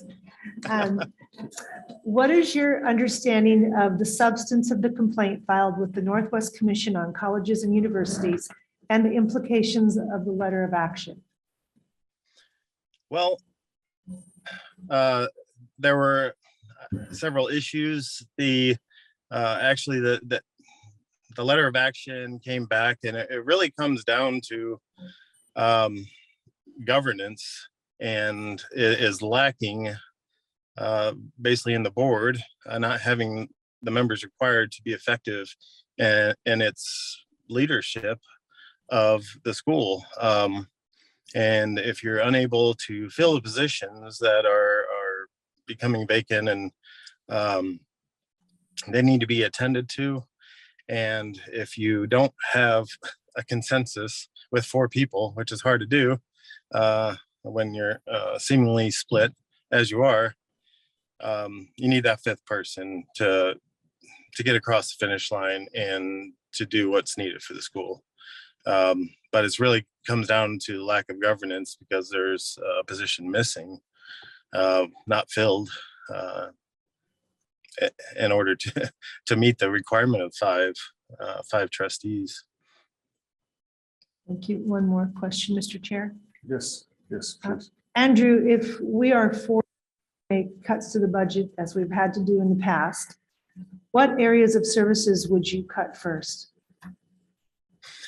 Well, I would say any areas that are not providing for the economic situation in North Idaho. Obviously, right now we're at a crucial point in both jobs and skills in the area not meeting the needs of employers.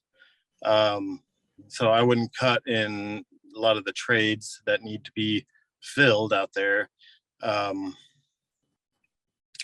As far as budget cuts, anything that's not, I mean, you got to look at the business case of each program and really what it provides to the school and to the customer, which is really the students in North Idaho. So if it's not fulfilling a need or I guess the highest need of what is currently demanded of the area, and not only getting students in through to their future goals of either a 4-year institution or into a trade. Sorry, I'm losing signal here off and on. Then that should be reevaluated for whether or not it's in the best interest to go forward with that at the moment. If there's budget needs, then you cut where I guess the least impact is made for the community. Thank you. All right, thank you, Christy. Andrew, this is Todd. A couple of quick questions. Yeah. Whether or not you are selected as the Zone 5 trustee, would you still be intent on filing and running for this position in the November election? And you could distinguish between whether you're selected or not, whether that would make a difference, committed either way. Yes, if I get selected, then my intent would to be at a minimum fulfill the seat, which runs for another 2 years, and then then on every 4 years.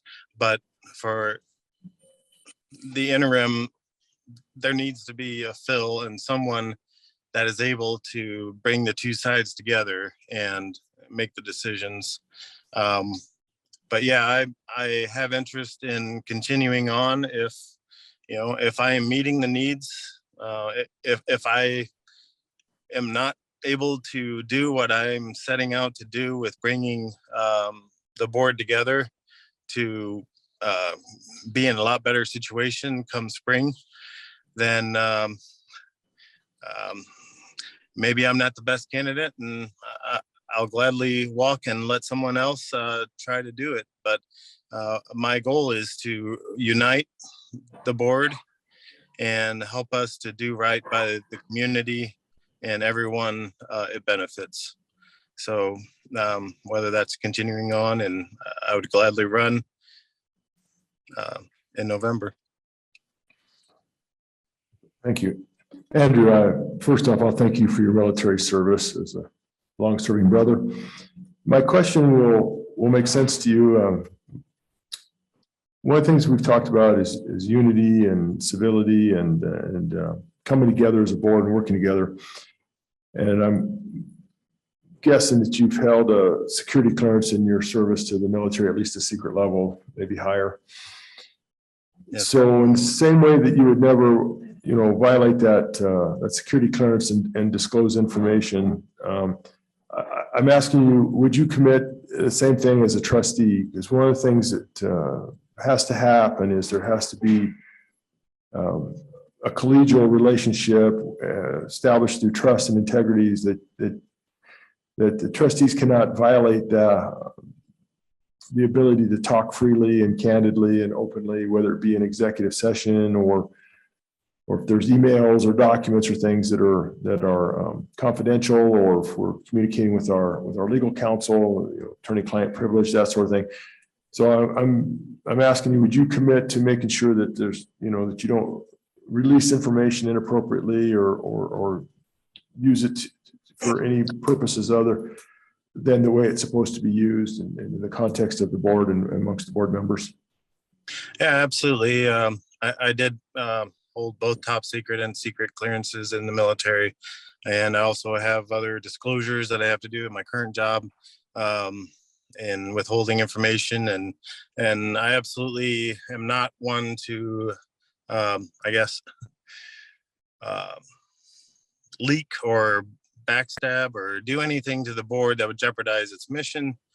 The board is there to meet the needs of the college, and to govern it the best way for the students and the faculty to get their job done. So I absolutely would hold our executive meetings and information in complete confidence, and have no problem not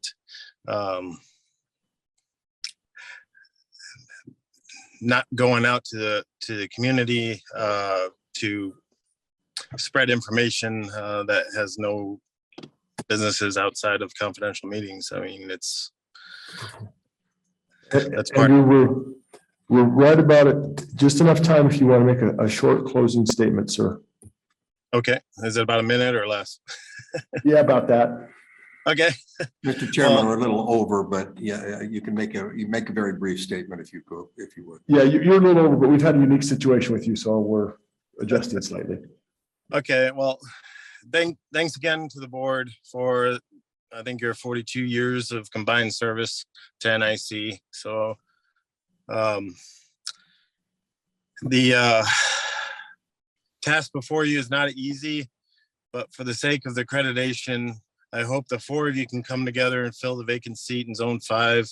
Not only does the zone deserve representation, but the college needs that 5-person to fulfill the governance requirements.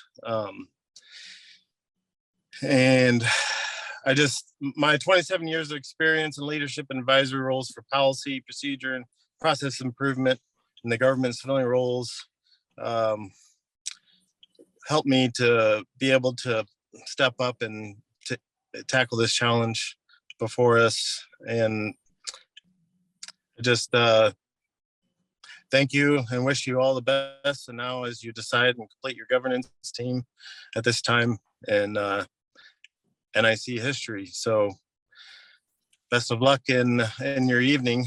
Thank you, Andrew. We appreciate that, and safe travels to you. So you take care. Probably getting late, probably time for some sleep. Yeah, it's pretty late here, almost midnight. So. All right, you take care. Yep, take care. Bye. Bye-bye.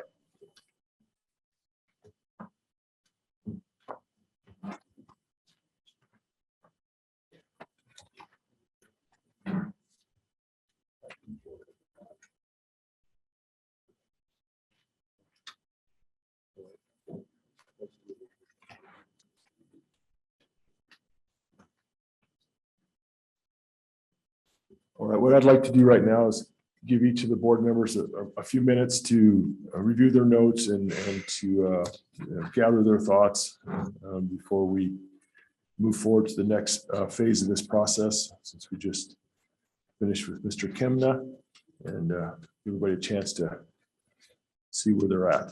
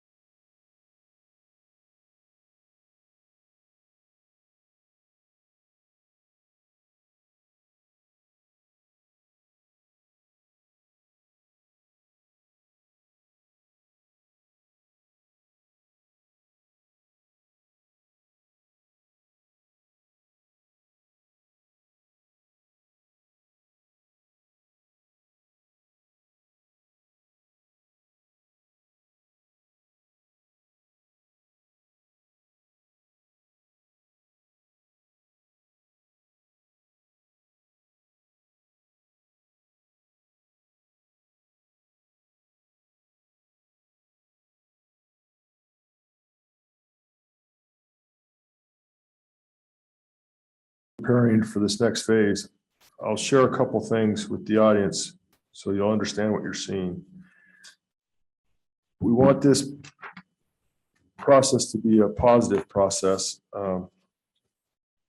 not negative. So the way we'll approach it may be a little choppy and awkward at times, but please bear with us. The other thing is you will not hear debate. You won't hear anybody give reasons why they're not voting for somebody. Again, it's going to be a positive process. People will either have votes or they will not, but nothing more will be said. Again, we don't want to say anything that would be critical or diminish anybody in any way. And again, we want to thank all 10 candidates for the courage to put themselves out like this. It's not easy. It's not easy to stand at that podium and have everybody staring at you and to know everybody's watching and having to think on your feet as you're getting asked questions that you've not heard before. And so that's can be very challenging. So I, again, admire all of you for putting yourselves out there. And you also may see me conferring with Mr. Lyons. He and I had a couple conversations today as we're trying to work through this process. So we'll be working together on this.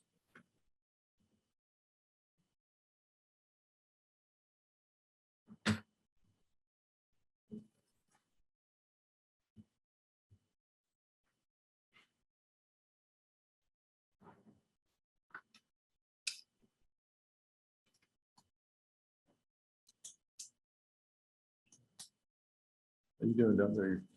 You comfortable? I could nominate someone. How are we doing this? Jen, are you got enough time? Ready to go. Consider? Okay. Christie, are you ready? Okay.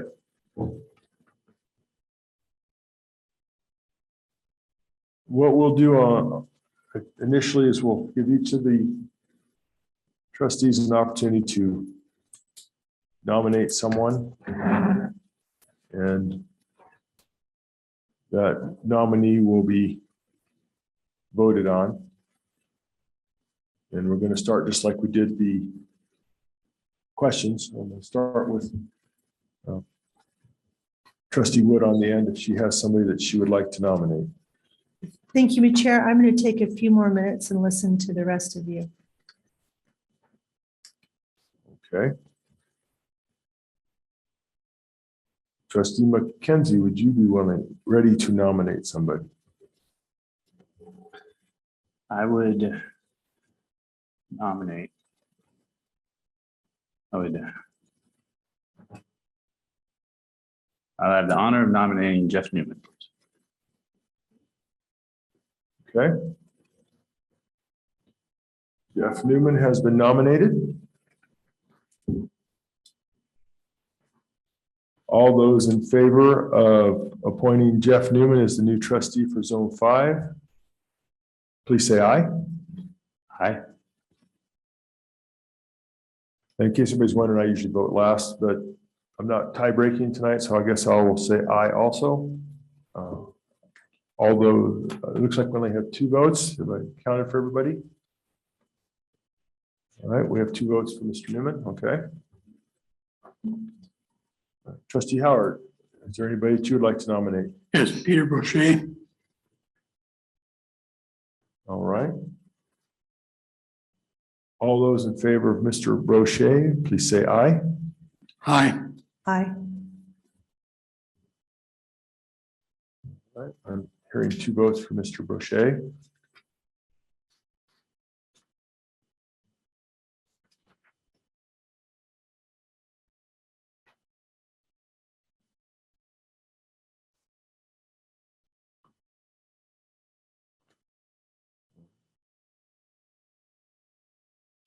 Christie, would you like another opportunity at this time? No, you go right ahead. All right.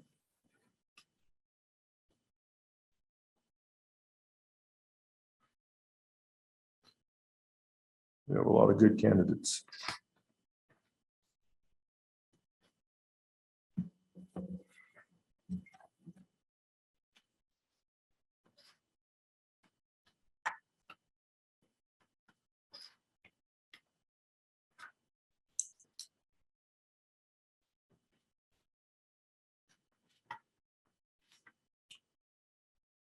You know, Christie, you've mentioned on a number of occasions that you're the only lady on this board, and that we previously had 2 ladies on this board.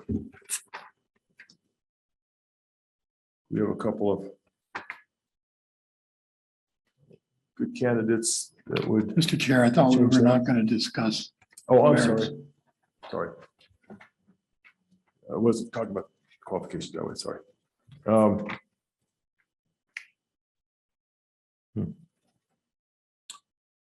Yeah, I'm going to nominate Nina Beasley.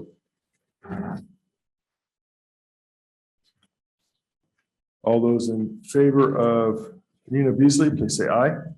Aye. I will vote aye. All right.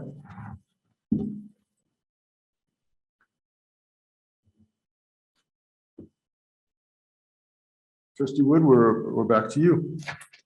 Mr. Chair, I have already voted on a candidate with Trustee Howard. And so that will be my position.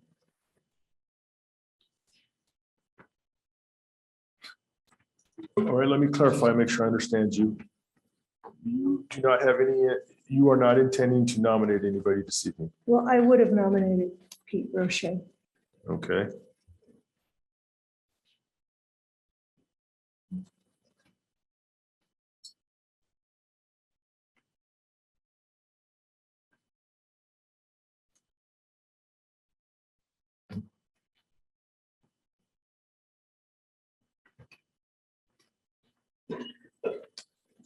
Trustee Howard, do you have anybody else that you would like to nominate? I'm going to pass. Okay.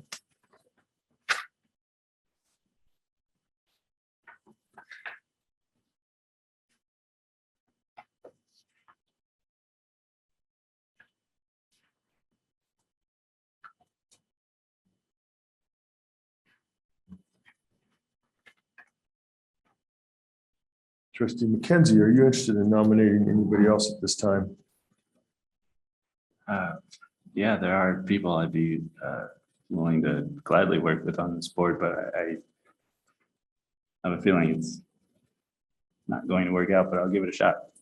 I'll have the privilege and honor to also nominate Ann Hart, and in no specific order, I think we had a lot of great candidates. So. Okay. Thank you. All those that would vote for Ann Hart, please say aye. Aye. I'll say aye also.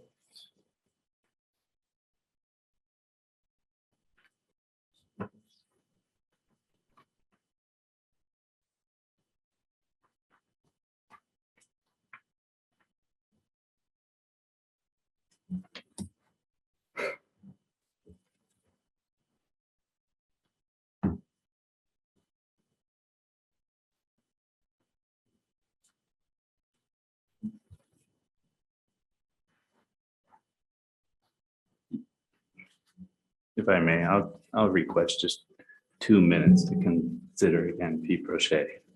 And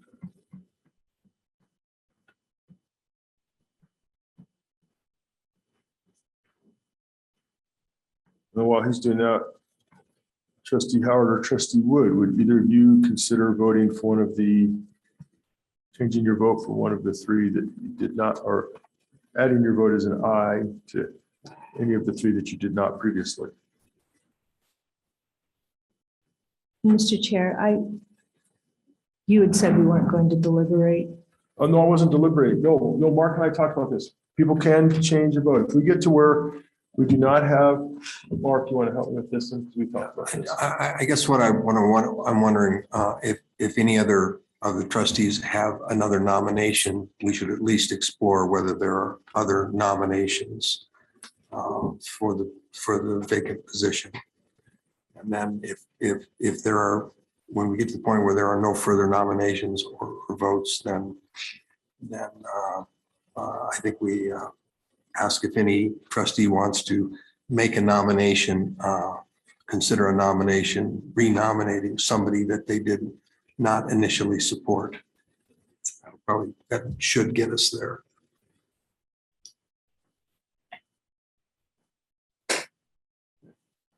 And Christie, as that wasn't clear with the instructions that Yeah, Mark was that's trying to provide, we just wanted to have that option to circle around it just in case.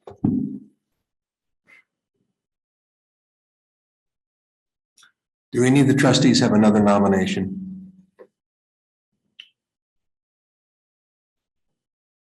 Hearing no, I think it sounds like there are no further nominations. Does anybody want to make a nomination of a candidate that was previously voted on? As in, do the vote again? I misunderstand that. We've had 4 people that have been voted on. Someone wanted to renominate it. If they were inclined to change their vote, they can do the renomination. Yeah.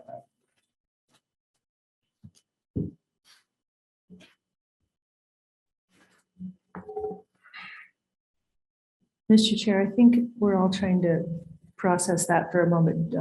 Mr. Lyon, does that mean if I wanted to nominate Pete Brochet, I would just do it? I would do it, or Ken would do it? Since it was. Actually, Christie, would probably be if Greg or I, because we did not vote for him in the affirmative initially. Be like That's if, what I was thinking. if someone wanted to nominate Mr. Newman or Ms. Hart or Ms. Beasley, it'd be someone that did not vote for them in the affirmative in the first place. So.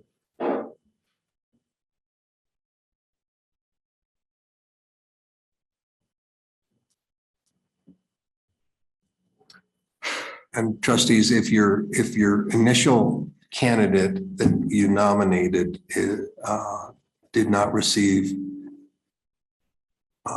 they didn't receive enough votes, it's open to nominate somebody else if you choose.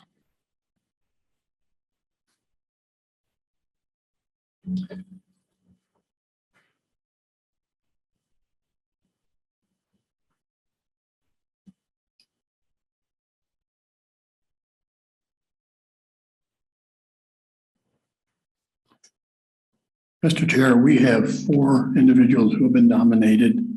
Can we concentrate on those 4 and see if we can get a third vote on any of them?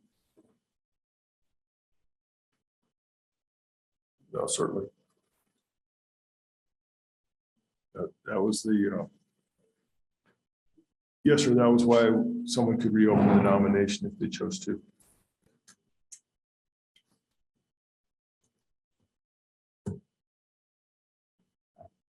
I think there's only a point of renominating unless someone voted against them.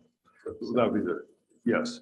The only person that would renominate someone is someone that did not vote for them in the affirmative initially, because they would need that additional vote to get to 3.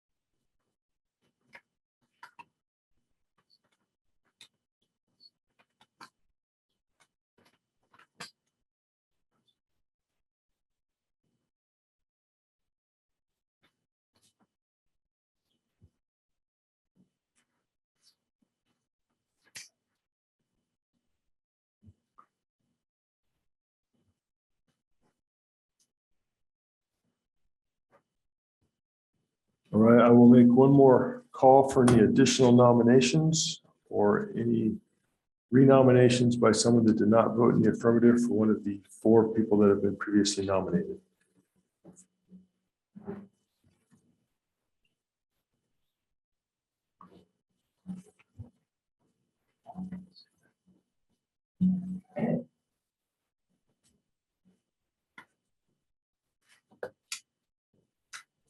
Mr. Chairman, members of the board, we have had nominations, but none of the nominees have gotten more than 2 votes. We've been here, you've been here considering your notes, and we've requested from the board members whether anybody will make an additional nomination. We have not received any. I've not heard any. I will say, if you as a board are unable to select a candidate to fill this vacancy, the process will need to continue in some form, because that is an obligation of this board to seek a 5th candidate, and it may have to happen, in the near future, and maybe perhaps some other process. But if we're not going to get any more nominations and nobody is willing to change their vote or add a vote to a nominee that has gotten 2 votes, then I think the only thing that the board can do at this point is make a motion to adjourn this meeting. I do want to say, if that's where we end up, it's important for both the board and the public to know that this process, some process to select a 5th, will continue, must continue, because that is an obligation of this board and the college. Mark, would it be fair to say that these 10 individuals stay under consideration at this time going forward? Well, I think that's a decision that the board will have to make at some future point. If we can't move this process forward tonight, that will be up to the board, and I think probably the candidates themselves. So, thank you, sir. Do I have a motion to adjourn? So moved. Seconded.